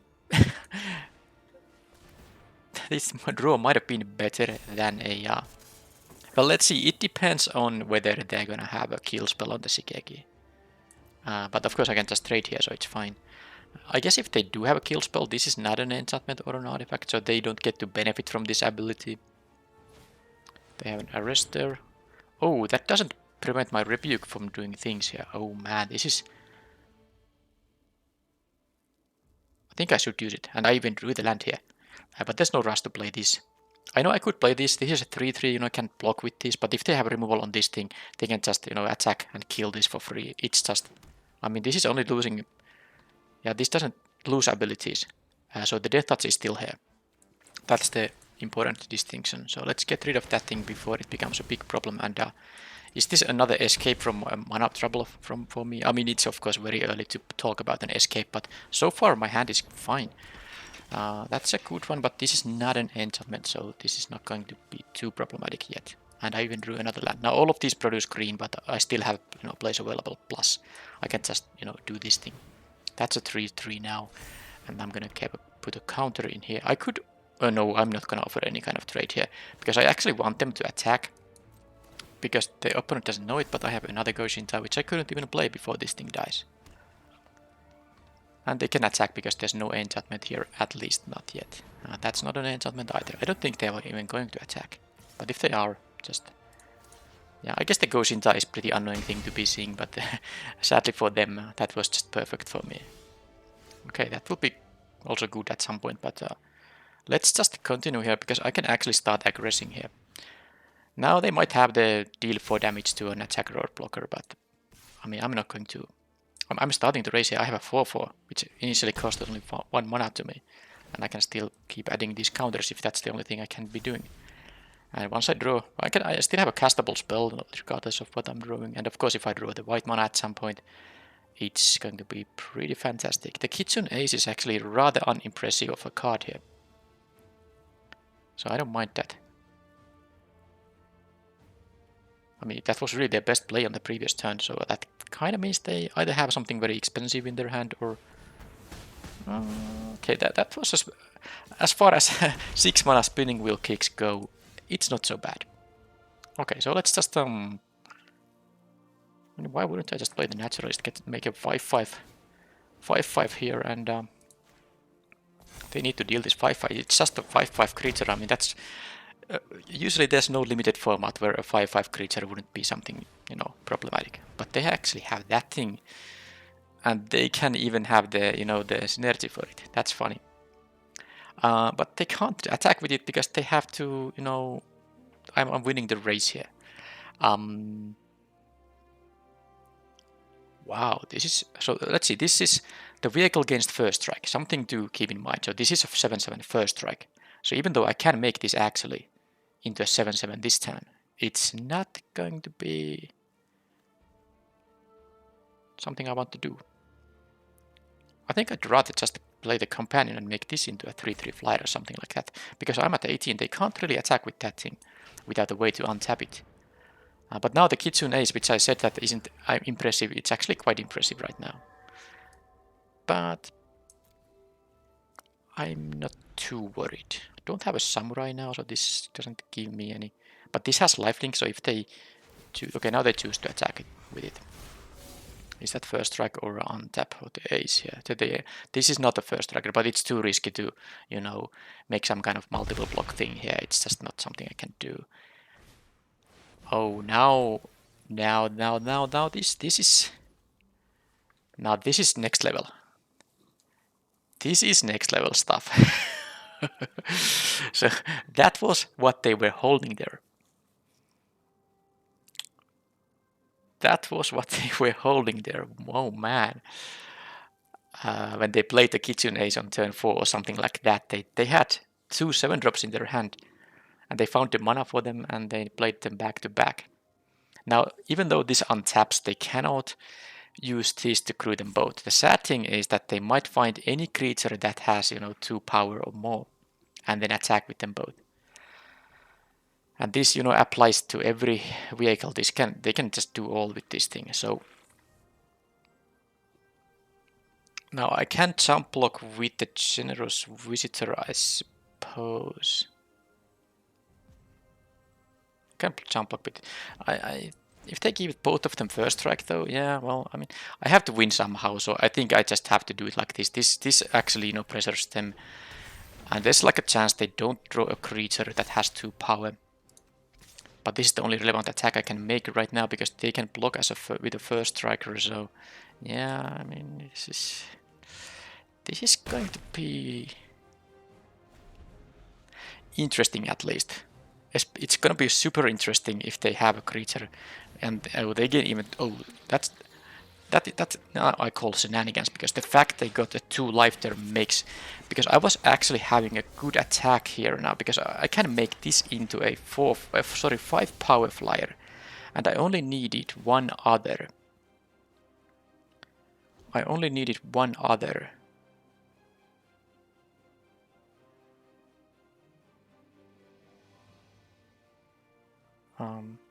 One other point of damage, and which I have here because I can attack with multiple creatures. I don't have to block with anything than the Naturalist, because that puts me effectively... Well, it puts me to 13, then this deals 5. I go to 8, and this deals 7. I go to 1. And on the next turn, I can attack for 5 in the air if I use a Terrarium. But sadly, that's not enough, because I can put a counter with this. Oh, but it's not enough. I think I have to do it like this.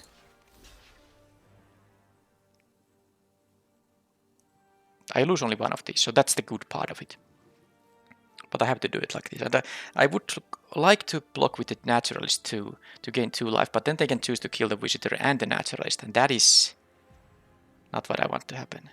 Yeah, I have to do it like this. Hope they don't have... If they have something, of course I'll just lose. Yeah, and I accept the loss now. That is... I mean, if the last card in their hand is doing something now, then I will...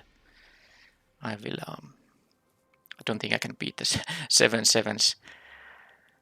Wow, that is wild curving out there. Okay, they actually have some... Oh, they just decided to... you know, which one they want to kill. Alright, so now one of these has been dealt with. Recovery unit, which is a 3/4. Okay, so I can make this into a 4/4. Yeah, this will be a 3/4 first target, but this is a 4/4 lifelinker. That is valuable. That will make my that will use up my entire turn, but they are also forced to jump block because they can't take 9. I will go to 8, and I have a 1/1 to block with. So they have to jump block with. They can make it.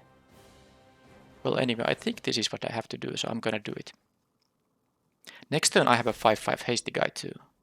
Oh, I don't have to use the terrarium because this also gives me a counter on the naturalist. Both of them do. Yeah, that's better. I have a 1/3 here. Definitely want to have it. It's and I make a... Did I make a mistake? No, I can use the terrarium to get the land, and then play this. That's what I should do. Yeah, because this is now 1 cheaper thanks to naturalist. I can't get the counter from the activation, but I can, rather than play and activate this, I can play this, drop the land, and then still play this for the 4th counter. So let's play it. Let's play it smart, shall we?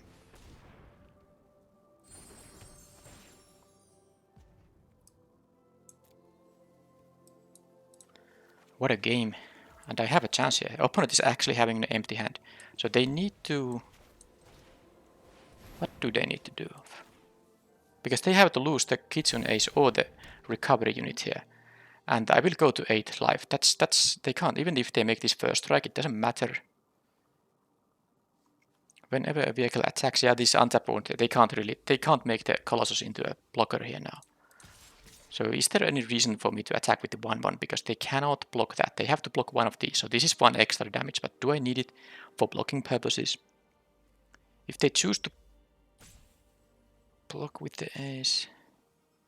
I feel like I want to have it for blocking purposes. It seems like the 1 extra damage might not matter. They were gonna block the 5/5. They go to 4. Does it matter if they go to 3? I don't think it does. So I want to have the blocker. Oh, this has vigilance though. I think I should have in that case. Yeah, I forgot the vigilance. Maybe I could have put them to 3. I don't necessarily need the 1/1 now. But I have it now anyway, so... What do they need now?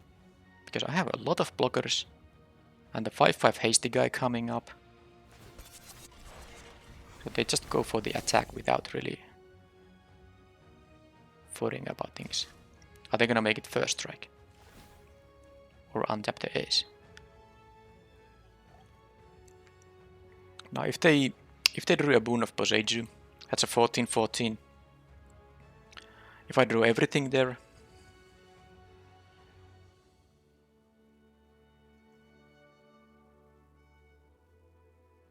that's 8. Well, I wouldn't lose in that case. But if I lose all of these, I would lose all of these. Then I don't win, right? Or actually, this untaps. But I mean, I have 2 attackers. I have a 2 5/5s to attack with, so they need... Wow, that's interesting. So what else pump spells there are? There's a way to give it +3/+3, so I should at least play around that. And it's enough if I block with the Goshintai, isn't it? That plays, yeah, then they will trample over 4, and if they give it +3 power, I'm still at 1. Definitely these blocks, that's like a given. It has first strike, so I don't really want to waste this 4/4 here now, for no reason. Maybe I can put this, just in case, does it matter? Yeah, Boon of Boseiju is gonna win, unless I block with everything. So let's now see, if they have a Boon of Boseiju, this untaps, and this deals 14 damage, but this will absorb 8. I will go down to 2. And they still lose, because even if this untaps, they have only 1 blocker available to my 5/5s. So that will be... so I can actually beat the Boon of Boseiju. Now if that's something else, that's the problem. I lose all of these guys. No, actually, I lose. I don't lose the 1/1, but I don't think that's relevant. If they have a blocker after that, they can block my 2 5/5s, and then I can lose to this on the following turn. Something like that. Fine, I do it like this. If it's a boon of possession, I just lose then. That's a very specific card they should have needed. They needed to draw there. Now I have 3 lethal creatures attacking here. They have 1 card in hand. And I'm not sure if I remember the card's name correctly. By Boon of Poseidon, I think that's the name of the card. It's a 2-mana uncommon green. It untaps a creature and gives it +X, where X is the highest mana value among permanents you control. And of course they had a 7-mana permanent, so that would have been +7/+7. That's what I was thinking, that it would have won the game for the opponent. But if they just had something else, they dropped like a, I don't know, even if they could have even dropped like a, did I have it in this game? Yeah, Searchlight Companion. Get 2 additional blockers. My attack is no longer lethal, and then I can be in trouble there. So playing around that one specific uncommon didn't make much sense when there were some other cards they could have had, even commons that also make my group block very bad. So I think that was the correct block. But what an interesting game there. So Repel the Wild. Did I have any expensive enchantments there? Actually, not really too many. That's kinda. There's a Intercessor's Arrest though, and they do play green. Green usually can have other creatures that have at least 4 power. So maybe I will play one of them. I mean, because of one Repel the Wild, which is all I have, of course, because I saw 3 targets for it, and it's likely they have more targets than 3. Lucky Offering. I don't really want to use it on the Circuit Mender, but I suppose the Imperial Recovery unit is a nice target for it, but it's still just 1 card. Maybe I have to see more than 1. How about, no, I don't need that for anything, and these don't really impress me much either. 30 seconds time here. Yeah, I think I just cut a card here. Either the Exemplar or the Searchlight Companion. I do like the Companion though, for the various snatches. I think I can lose the Exemplar, and I will use this deck now. Oh, what a game. 2 of those vehicles, and I almost lost there. And they had the Kitsune Ace, which I was initially laughing at, but boy did that turn out relevant. Both the first strike and the untapping part were relevant there. Okay, but now I don't have to mulligan. It's not the greatest hand, because even this won't be doing anything unless I draw creatures, but given that any creature can crew this, and I can just use mana underneath this corner. Basically I need to draw just any creature, and of course if the opponent has a fast start I will be in trouble, but I'm not going to go to 6 when I have this kind of hand. If I do draw, okay, did I even have a lot of artifacts? It doesn't matter. They killed that thing. Mech Hanger. Wait a second. I think I should play the Yukai Trainee, because I'm gonna play the befriending the mods on the next turn. This doesn't, yeah, that's not so good with the Dragonfly suit. So they are missing land drops. Alright, so this is probably a little bit easier. Probably a little bit easier game now. Yep. Okay, so they kept the hand with...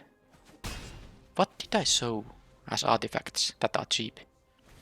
Maybe I saw something, but my deck is mostly enchantments. Alright, Kitsune Ace there, and then I have this. Should I use the tails here? If they deal, yeah, I mean, losing out on the counters is not so horrible in the end. The fact it's a 5/5 hasty creature very soon, that's much more relevant. So if they kill this, I can't, even though this becomes a creature, I can't target it with the ability, because I have to choose the target before it goes to stack. I mean, before this thing resolves. But now first of all, they didn't have the kill spell, so my trainee will be able to attack. I mean, will be able to pick up the counter, and they don't have a good block on it even. Although I might just choose to play the befriending the mods anyway.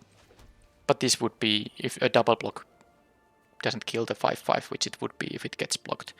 But I'm not playing the Dragonfly suit, because I can just play the other befriending the mods, and this is actually gonna be rather tough for the opponent to beat, because now I have these flyers coming up, I have the 5-5 coming up. This will attack for 5 on the next turn as well.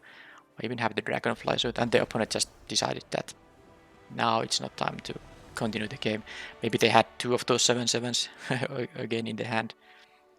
But this was actually a pretty sick draw now that, and as you can see, I drew 1 creature. Now, okay, that was lucky that they didn't have a removal spell on it, but it was all I needed. Draw 1 creature and my sagas became actually impressive here. Alright, so that was my 3rd match win, which means that if I win 1 more match, and I think the deck is quite decent, it has the potential to do that, even though I'm presumably paired against another person who is at 3 wins, so they have also had good success in this event. That's it for the first entry, and at least I got my entry fee back. I paid 25k gold, I get 5k gems back, which means that this was a free roll anyway. But of course I'd rather just get to the day 2 right now.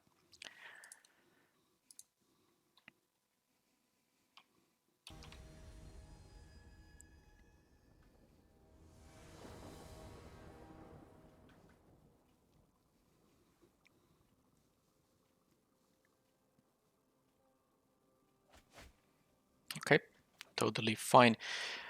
I want to draw, so if I draw an untapped land, I will start with the Fang of Shigeki. Other than that, yeah, not really worth it. I have to make this so I can play my 2-drops. And I can play actually the... I don't know though, this can attack as a 3-power creature. Can be nice for some early damage, especially because I do have the befriending mods. Now that is a target for you know what. So this is interesting actually, because I do want to...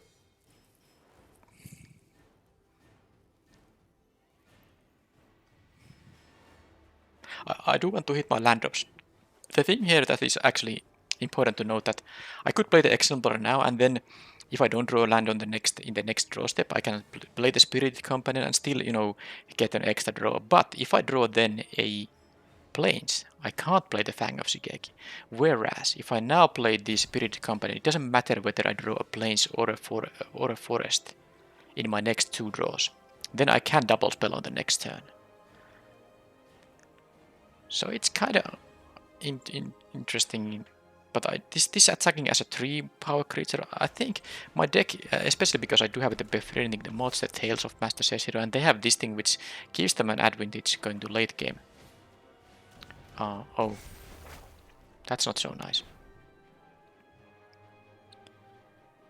Yeah, that is now... I think now I'm officially in trouble, especially because I didn't draw the land. So these are fun toughness. Now if I just drew a land, I could play this and make it you know, into a 2/2. All would be quite fine. But now of course I just need to hit my land drops, and if they use this to kill this, I can live with that. And now even if this was a forest, I wasn't gonna play the Fang of Shigeki for this thing. But now that was a really good Life of Toshiro Umezawa. Now, if I have something going on for me, it is the double shrines, but then again I'm facing a black-red, which is going to mean that it's rather likely for me to see a lot of removal against me. But at least I can play this, and the green goes into, I can make it into a 2/2, and who knows. Then I can play the befriending the mods. Yeah, they will have a 3 draw effects there, that is not nice.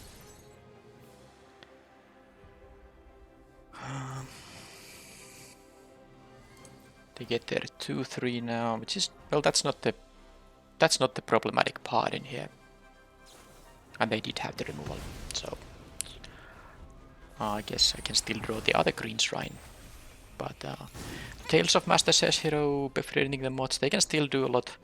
But now, okay, yeah, I think yeah, given the value the opponent is having here, I mean, this was a 2-for-1. Basically, it wasn't exactly a 2-for-1 because the companion drew me a thing.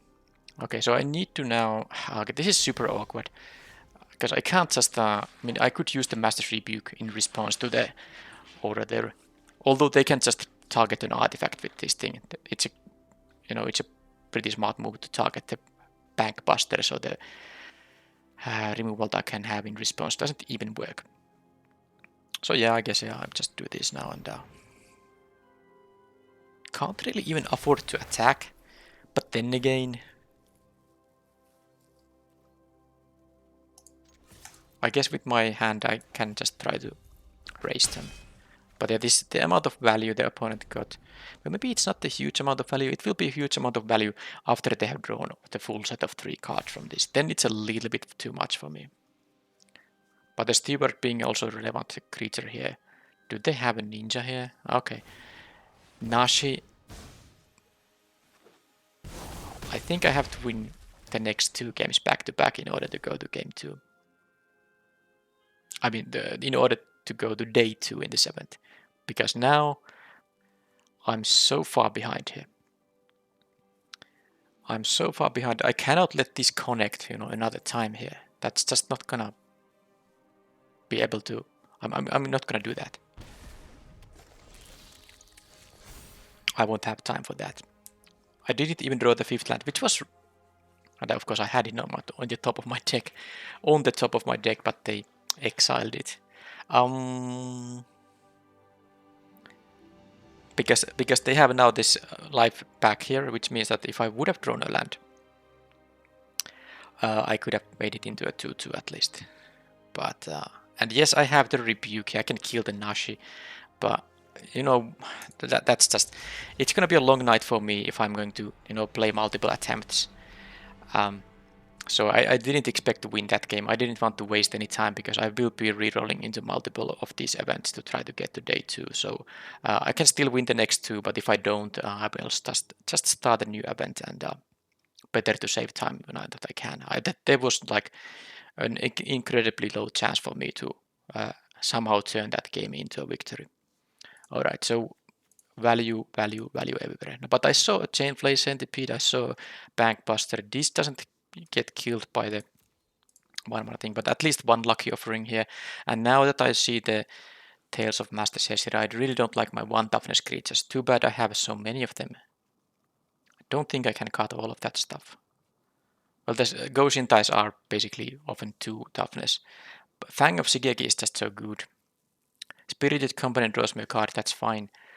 Can I afford to lose the Fang of Shigeki? Just don't think that makes a lot of sense. I don't think that makes a lot of sense. How about to Repel the Wild? Well, not exactly. The ninja they have, that's tough. Yeah, that's... Am I supposed to now splash for the black removal here? I can actually deal with a bunch of this stuff. If I really go crazy, I cut the Fang here, I cut even the Spirited Companion maybe. Actually the Searchlight Companion. So now I haven't touched my land count is still at 16, which is what I'm gonna have here. 2 lethal exploits because they can kill the problematic creatures I saw there. None of the other. Okay, there's Naomi, but I have only 4 artifacts. That's not gonna be good enough for this thing. It needs both to do anything extra. So now I just cut what? 1 of each land. Have 2 swamps. Oh, I actually forgot. Oh, I can't do it. Oh man, I'm losing my time here. I need to have... Geez, I don't have time for it. No, I don't have... Geez, I forgot this. I can't do it. I needed the crafted growth too. I didn't want to just rely on the... Yeah, okay, so if I win this game, I maybe sideboard into those swamps. Damn. Well, this is a nice hand though. Am I gonna...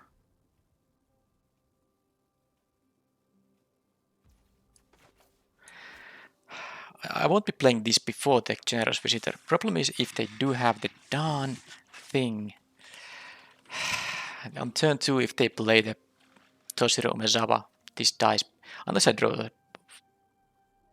a place. But I guess I'll do this anyway because they might not have it, of course.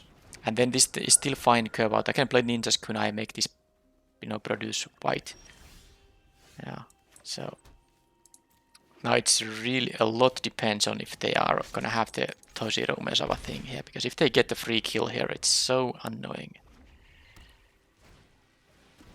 That is a great 2-mana saga, but at least it doesn't do the thing I was, I feared it to do. Alright, so now they would have played that. They would have played that thing.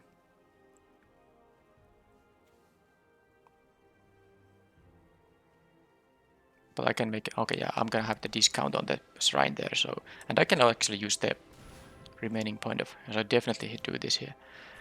Remaining point of. Yeah, I can have the. I don't know which one. Maybe the visitor can have it. So the remaining mana can be used to equip the ninja's gonna. Because the thing is, I can actually kill the 3/3. Assuming they have no removal, well, which they probably will. Okay then. Well, this is actually not so bad at all. I can use this, get a land. So this is white. Okay, so I'm gonna get the forest here, I guess. I wonder what they're having here now. Oh, but I need to have that done.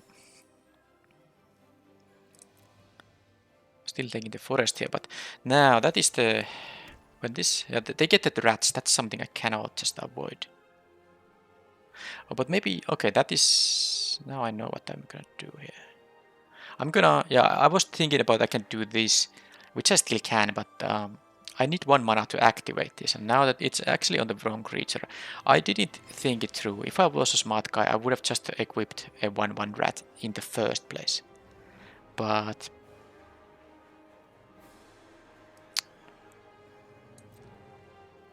because I believe they have a removal spell, and when this enters the battlefield, gain control of all rat tokens. So I have a window to use my rat token before they gain control of that. So now, if they have a removal spell, they at least have to use it on their own rat. Well, soon their own rat. But if I was a smart guy, I would have used the kunai, on the previous turn on the rat token, but whatever. Yeah, they basically do have to do that, right? Because this is gonna kill the flyer otherwise. Okay, they go for the exploit in there. Do they have another?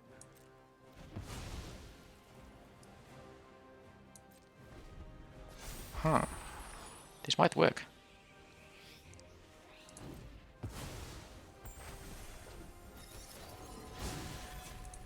If I get to do this, they still get the rats, of course, but if this dies, that's really okay. Now they get 2 rats, but given the other outcome, them having this creature producing them a lot of no. First of all, just being a big evasive creature, hasty evasive creature, and drawing extra cards would have been really annoying. So now, how do I do this turn? I still have my double shrine possibility. I can even trigger one of them this turn. Now, one option is to just make this into a 3/3 attack for 3, which they can't block then. But I like the idea of having it like this. Get the discount from both. And do I care about the counters more or the tokens more? Because I can only do one of these things. 2 tokens or 2 counters on either of these shrines.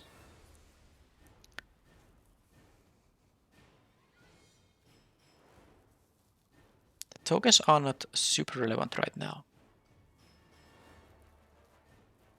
I kind of want to go for 2 counters on the Goshin type of Boundless Vigor. Then if they need to have like a Kami's Flare on it. Yeah, decline this. And then at least if they do, draw the Life of Toshiro Umezawa thing, they can't kill the Goshin Tai anymore.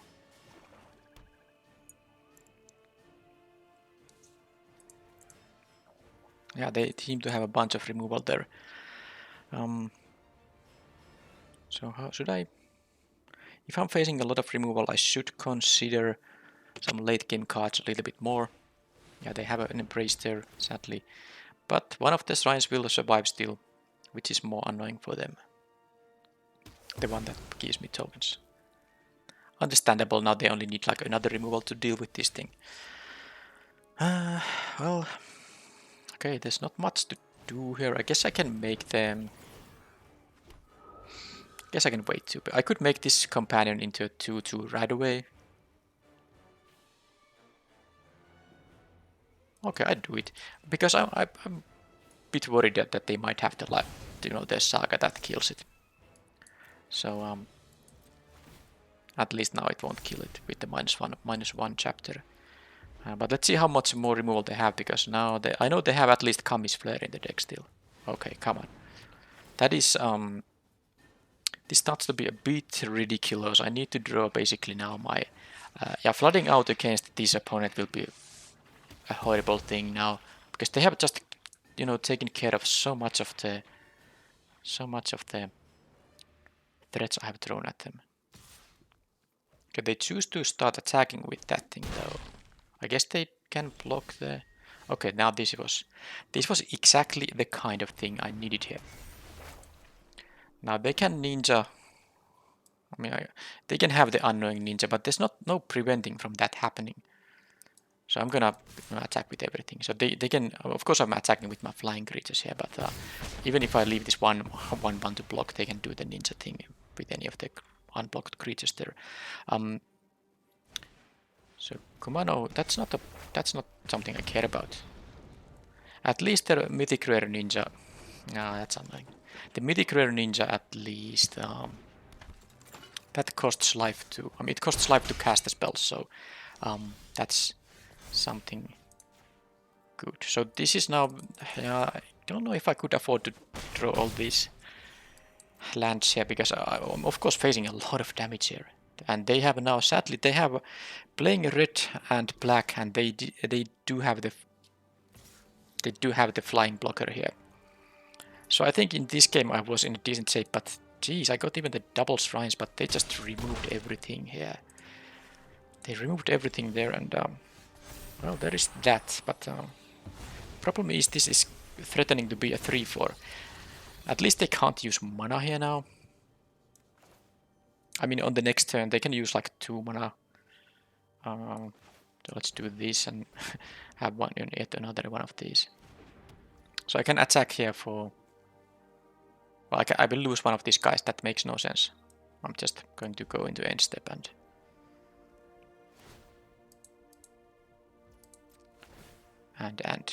do this thing, and they still have 2 cards. Alright, so... They can just attack with this Mender. I don't really want them to draw any cards here. I do have a blocker on the smaller creatures though.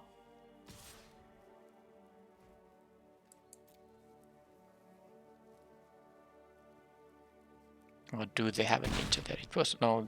Well, maybe they at least didn't want to use it.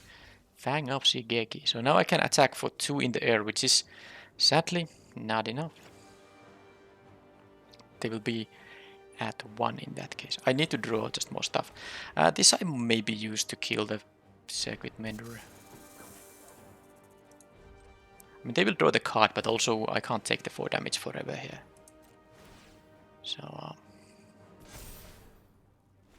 I guess this ever-growing Trample guy. And I have another one of these, you know, befriending the mods in the deck, so... Yeah, how low am I willing to go here? They will get an additional draw, which I really don't want to keep them. But I also don't think I can take the damage forever, so let's block it for now. Give the card to them, and then try to... Soon they... And now they can play a 3 mana... Yeah, the problem is that every land drop allows them to play a more expensive card from their hand, because they have to basically make this into... Oh. Ah, damn it. They must have a way to make this into a 3/4, and it's about 1 damage. So now this thing has trample, but they have the 4/3 now. They can just crew it with the 1/1 rat here, so this won't trample anything over. Oh, this is super annoying. Well, I mean...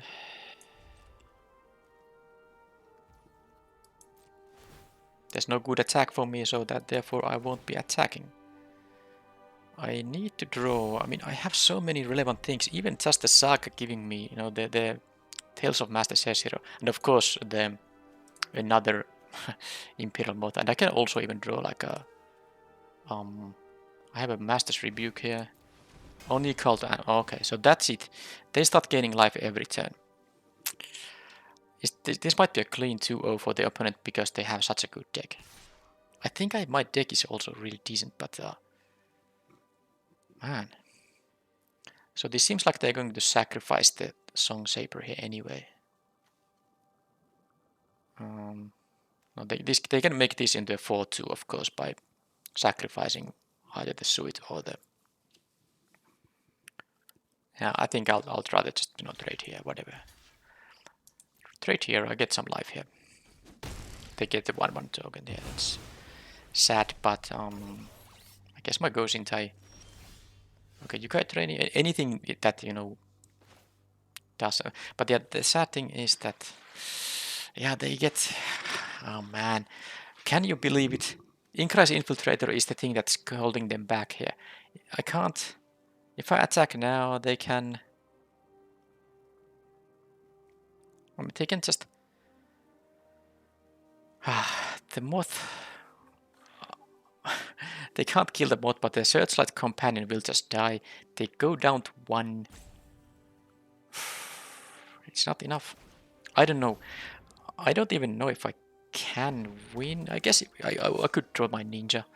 Yeah, because as long as one of my flyers goes through my ninja, and I have 2 ninjas in the deck, both are actually lethal. The double striker is also in the deck. So the fact they have the anvil here is really annoying because I think I was in a decent shape if they couldn't start getting 1 life a turn, which they are able to do now. Because some of my flyers won't even matter much. Yeah, this doesn't matter, they're gonna sacrifice it anyway. I mean, they're not even going to. Well, if they want to have the drain available, yeah, it doesn't. Of course, I block here. But man, they only called anvil.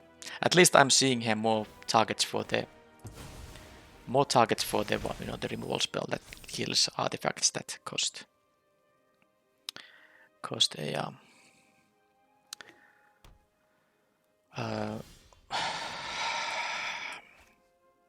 cost a low amount, up to 3. So I also just realized what I have in my deck, which would be, what would be really amazing. The thing that returns a creature and an enchantment card from your graveyard to your hand. Just get the white Go Shintai and the, I don't know, the Generous Visitor. Of course, I can't. No point doing the legendary creature I already have. But that's another card that would probably just win me in a couple of turns because I get 2 tokens per turn. So now that they are at 4, I can attack with the flyers. They go to 2 from the moth. They will block this with. They have enough toughness there. I don't think. Maybe I could attack with this guy though. No, I mean they can just block with the infiltrator. If I would have to commit to the attack. I don't think I can afford to draw lands here, but I don't think I have a good attack. If I attack with everything, assuming they have nothing, they could even have like a 3-mana card that deals with my stuff mid-combat. But if they don't, they can crew this with the 1/1. They can. Well, yeah, with this artifact creature. It's a 4/3 which will block this. Then they will put like a, I don't know, the 2/2 there, but then they have to block this. So this might be because this will be tapped. They have to block this with 2, assuming the Imperial Moth goes through here. And they need to also block this thing. So is that something I should go for here? The problem is if they do have something like a Kami's Flare, which I know is in their deck, could be in their hand too, and then it's problematic because they can kill. I feel like I still need to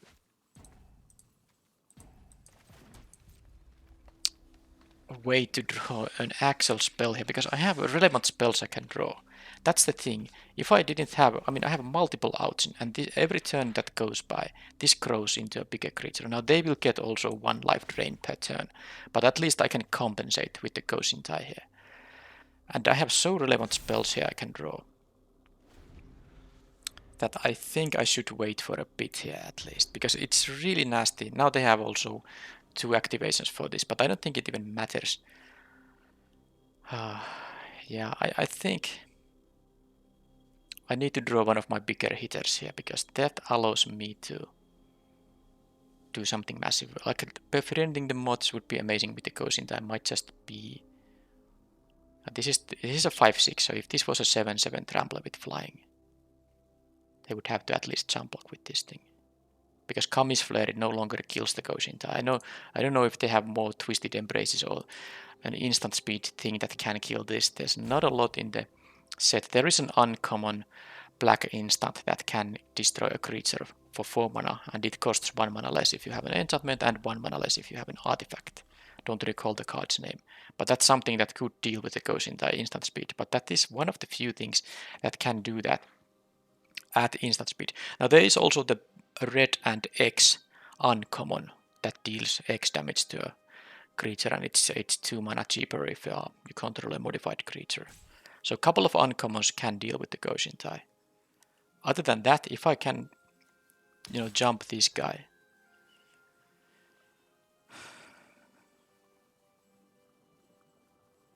And yeah, I keep blocking with the Yukai Trainee, because if they have a You Are Already Dead, this is the least impactful card on my battlefield, so if they want to go for that, I'll block with this. Usually they are gonna just use the Anvil here, I would assume.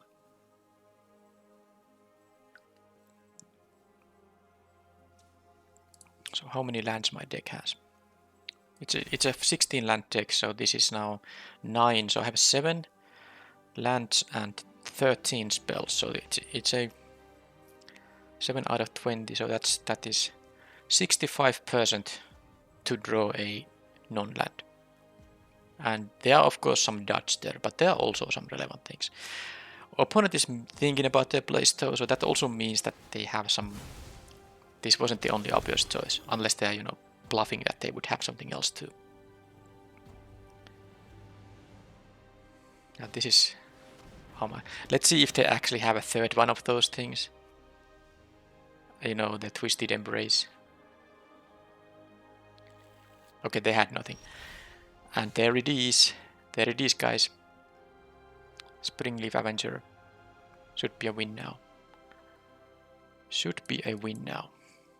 I will attack with everything, because that puts even more pressure to them. But this is gonna deal 6 to them if I have one unblocked, and so far one of my flyers will be unblocked.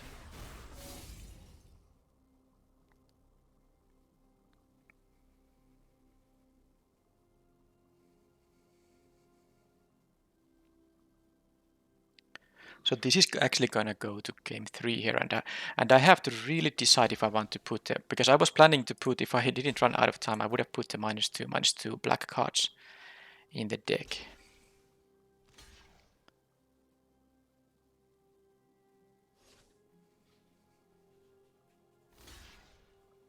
Okay, so they're gonna lose a bunch of that stuff. They're gonna lose all of these. Whatever. And this is gonna trigger, so they're gonna, okay, they did it even in response to that, so that gives me the fully, now I know they have nothing, but I might have, passed the priority and let them jump block with the Infiltrator. I was expecting that to happen, but I'm not sure, but now they of course can't have anything here. They just take 6 damage and that's it.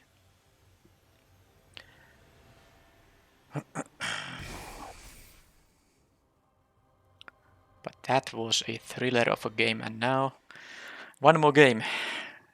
That's gonna decide whether it's gonna be a day 2 from this event, or if I have to start again. Now, if I have to start again, I will record it. It will go to the same video. But I think that will be my final try. If I don't, because this took a bunch of time already. So if I can't succeed in the next event, I probably just unless it's a very fast 0-1, I probably won't be recording further attempts. But let's just go to the game 3 now, and now I saw more information. They're only called Anvil here, also as a target, and they have also the Towashi Song Shaper. Now I think I maybe, what do I do with the Twisted Embraces though? I think I should play the Lucky Offerings here, both of them. Maybe even both, actually. I mean, maybe just... Oh, I was planning to sideboard one of these, but because I ran out of time, my entire sideboarding was cancelled. I didn't even realize that I didn't have any of these as potential draws. But yeah, I will cut the... I really don't want them to get so great lives of Toshiro Umezawa, so I'm going to cut these 1 toughness creatures here. Maybe even the Searchlight Companion, and I have to decide if I want to go for the Black Splash. That is something I could do. I'm just not sure if it's something I want to do. There's no good answers for the... I wish I had a Tamiya Safekeeping, because there is no good answer for the Twisted Embrace. I suppose I can have a Selfless Samurai to save whatever is being killed, but this is also... If they can use a Twisted Embrace to get rid of this, it's also good for them. Repel the Wild. No, this not enough. I guess the Tribute to Horobi could be, but there's a Brute Suit that can have 4 power.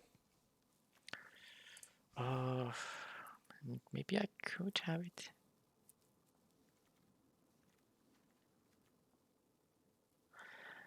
I'm just not sure. Oh, maybe I should play a Thundersteel Colossus if it goes to late game. I'm actually gonna have a Thundersteel Colossus, one of them. Because if they have a lot of removal, the game can go late. They draw removal, I draw creatures, and neither gets to deal a lot of damage. So I don't think I'm going to play the Black Splash. No, I won't be doing that. Now I just have to decide if I actually want to play the Lucky Offerings. I could also just play a 7-tail Mentor. Actually, I'm gonna cut one of them and play more creatures here. Alright, this is it. This is the deck. Submit. I had 10 seconds there. Some large scale sideboarding for the deciding game of the event. Not only the match, deciding game of the match and therefore the event. Okay, opponent kept 7. This is fine. I get my second forest from the terrarium, and I have some place available here. Hoping they do. Okay, suddenly they have like some.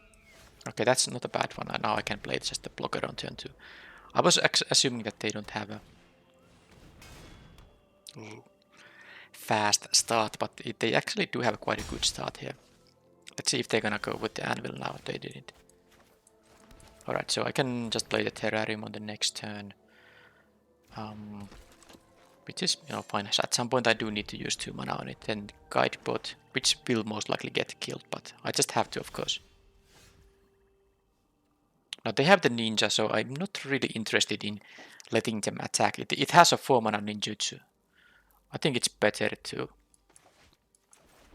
play it a little bit safe here now. Because if they get any free casts with that thing, that is horrible. I guess I can take a plane still. With these 2 forests in my hand. So I'm not attacking because I don't want them to get the ninja here. Tales of Master Says Hero will give vigilance, so then I can maybe attack. But they have also a hidden... That's disgusting. Oh man.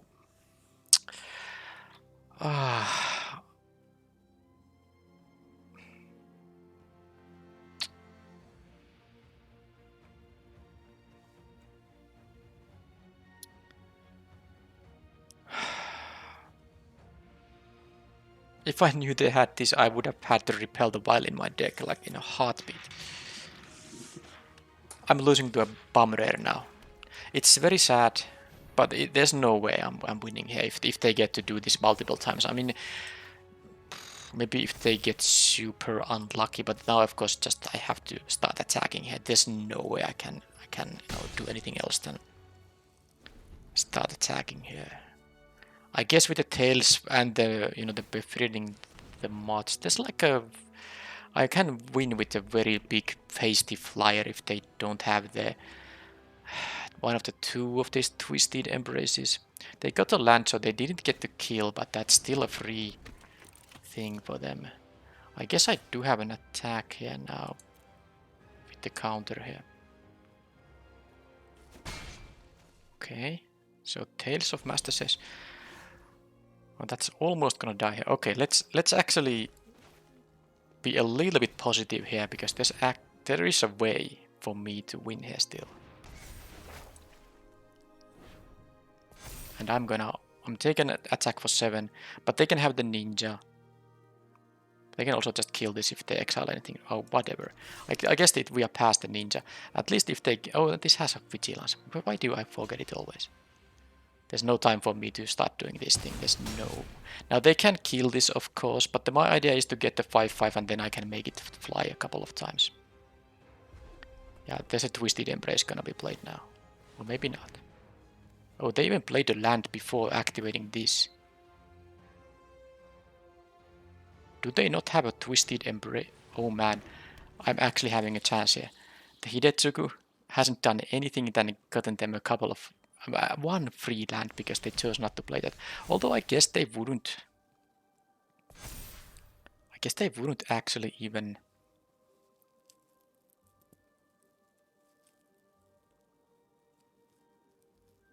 play the tapped land because they had a 3-drop there. But this is... Wow. I don't know, this is way too exciting. This is actually way too exciting because I have an actual chance here. Because what I'm doing here is... Maybe I was... Oh, that was... I don't know. That might have been a mistake.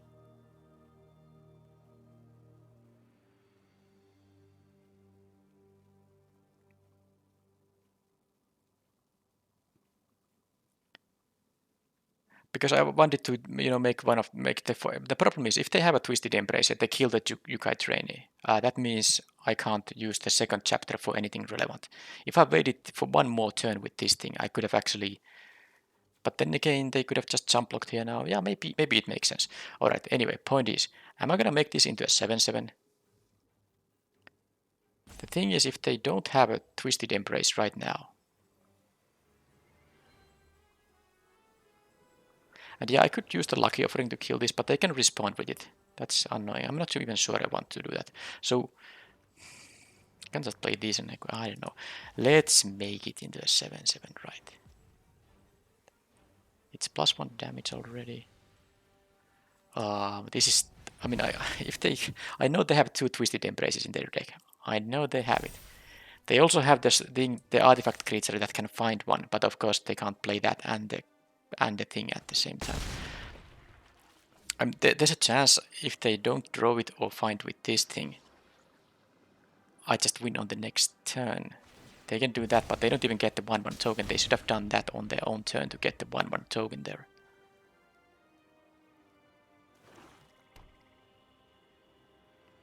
They again played the land before activating Hidetsugu. Okay, so they go for this thing, which means they might have, of course, the -2, -3. If they have the ninja, whatever, let's take the 4 here. I have to try to. It seems like they have one of the removal spells that deals with the small creatures, so I don't want to take 4 here now. Now they need to hit the Twisted Embrace, which they did not.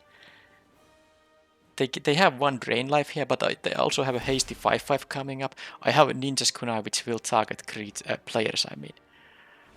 Okay, they play that. That means I have won the game, right? What 2-mana card helps them? Because I have now what... I mean, don't they understand? I'm winning here. This is Hasty guy that's happening. It's 11 damage plus this pump effect. It's 12 damage. They are tapped out. They can go into... Oh, they can get a 1/1. Yeah, but the Ninja's Kunai and Lucky Offering also works here because, of course, I got there. I mean, this Hidetsugu, what they had there, I was so... It's such a impactful card, but man... Okay. I had the Ninja's Kunai here too, but I wanted to use the Lucky Offering. I mean... The first gave them a land, so they actually never were able to deal any damage to any of my creatures. Because that's how it usually works. I mean, you exile something like a 4-drop, and then you deal 4 damage to something. And that's like GG for the person who lost the creature that way. Now they just didn't get anything relevant. Hey, that is actually incredibly convenient for many reasons. First of all, I just got to day 2 on my first attempt. deck was great, and I actually have a sauna warming up, which is just about now ready, so I can go there, have a couple of more beers. I had one beer here, as you can see. So yeah, 4 wins, no losses. But what a set of matches! There, at least 2 of the matches were really, let's say, not boring and exciting in many ways. But the deck, I think, also shows how removal. This opponent in the last match, of course, had a lot of removal and was probably, got that far because of the high quality removal and the other cards in the deck too. But this deck had the only pieces of removal was the Ninja's Kunai and the Master's Rebuke. Is there anything else? There's nothing else that removes. And it's just, the value plays from these quality sagas, and the befriending the mods is mostly a quality saga in decks that have a lot of early drops, and I do. So getting the flyers was super relevant. And well, I got to do something with the shrines too. That was interesting. And well, other than that, now some nice enchantment synergy in the deck. I don't think I ever got to cast this card though. And this ninja is, of course, just insane. I got this a couple of times, and it was as good as you can think of it. And yeah, it's a very nice looking deck despite the lack of removal. So that is not what is needed in this format. Anyway, that was the end of the video. Let's claim the prize. So this is no gems now, but even if you don't win any matches, day 2, you will get the 5,000 gems anyway. So that's what's awaiting me at the minimum. Of course, the aim is to try to win some money prizes. And yeah, other than that, there won't be a draft coming. And if you might have noticed, there wasn't a draft yesterday or the day before this was uploaded, or published rather, if you are looking this in future. I was just not in the mood of, I don't want to make it like too political or anything, but I wasn't in the mood of playing on Friday night after work day. I was just, following news on the very, very sad war going on in Europe, in Ukraine. I was just, usually I draft after work, and I was just so, just sad about the situation, and I didn't really feel like I want to draft and especially record. So I decided not to record anything. But thing is what it is. I'm not going to stop, playing Magic Arena and uploading these videos. But that was the reason there was no video on the previous day, and I don't think I'm going to record in draft here now either. So on this day, on Sunday, this will publish, and the next video will be my day 2 attempt. I mean, of course, that will be draft, but I won't be recording any other draft in the meanwhile. So on Monday, there will be my day 2 attempt on the Arena Open, and on Tuesday, regular draft videos will continue happening. So anyway, thank you for watching this video, and I will see you on the next day in the day 2 part of it. Bye bye.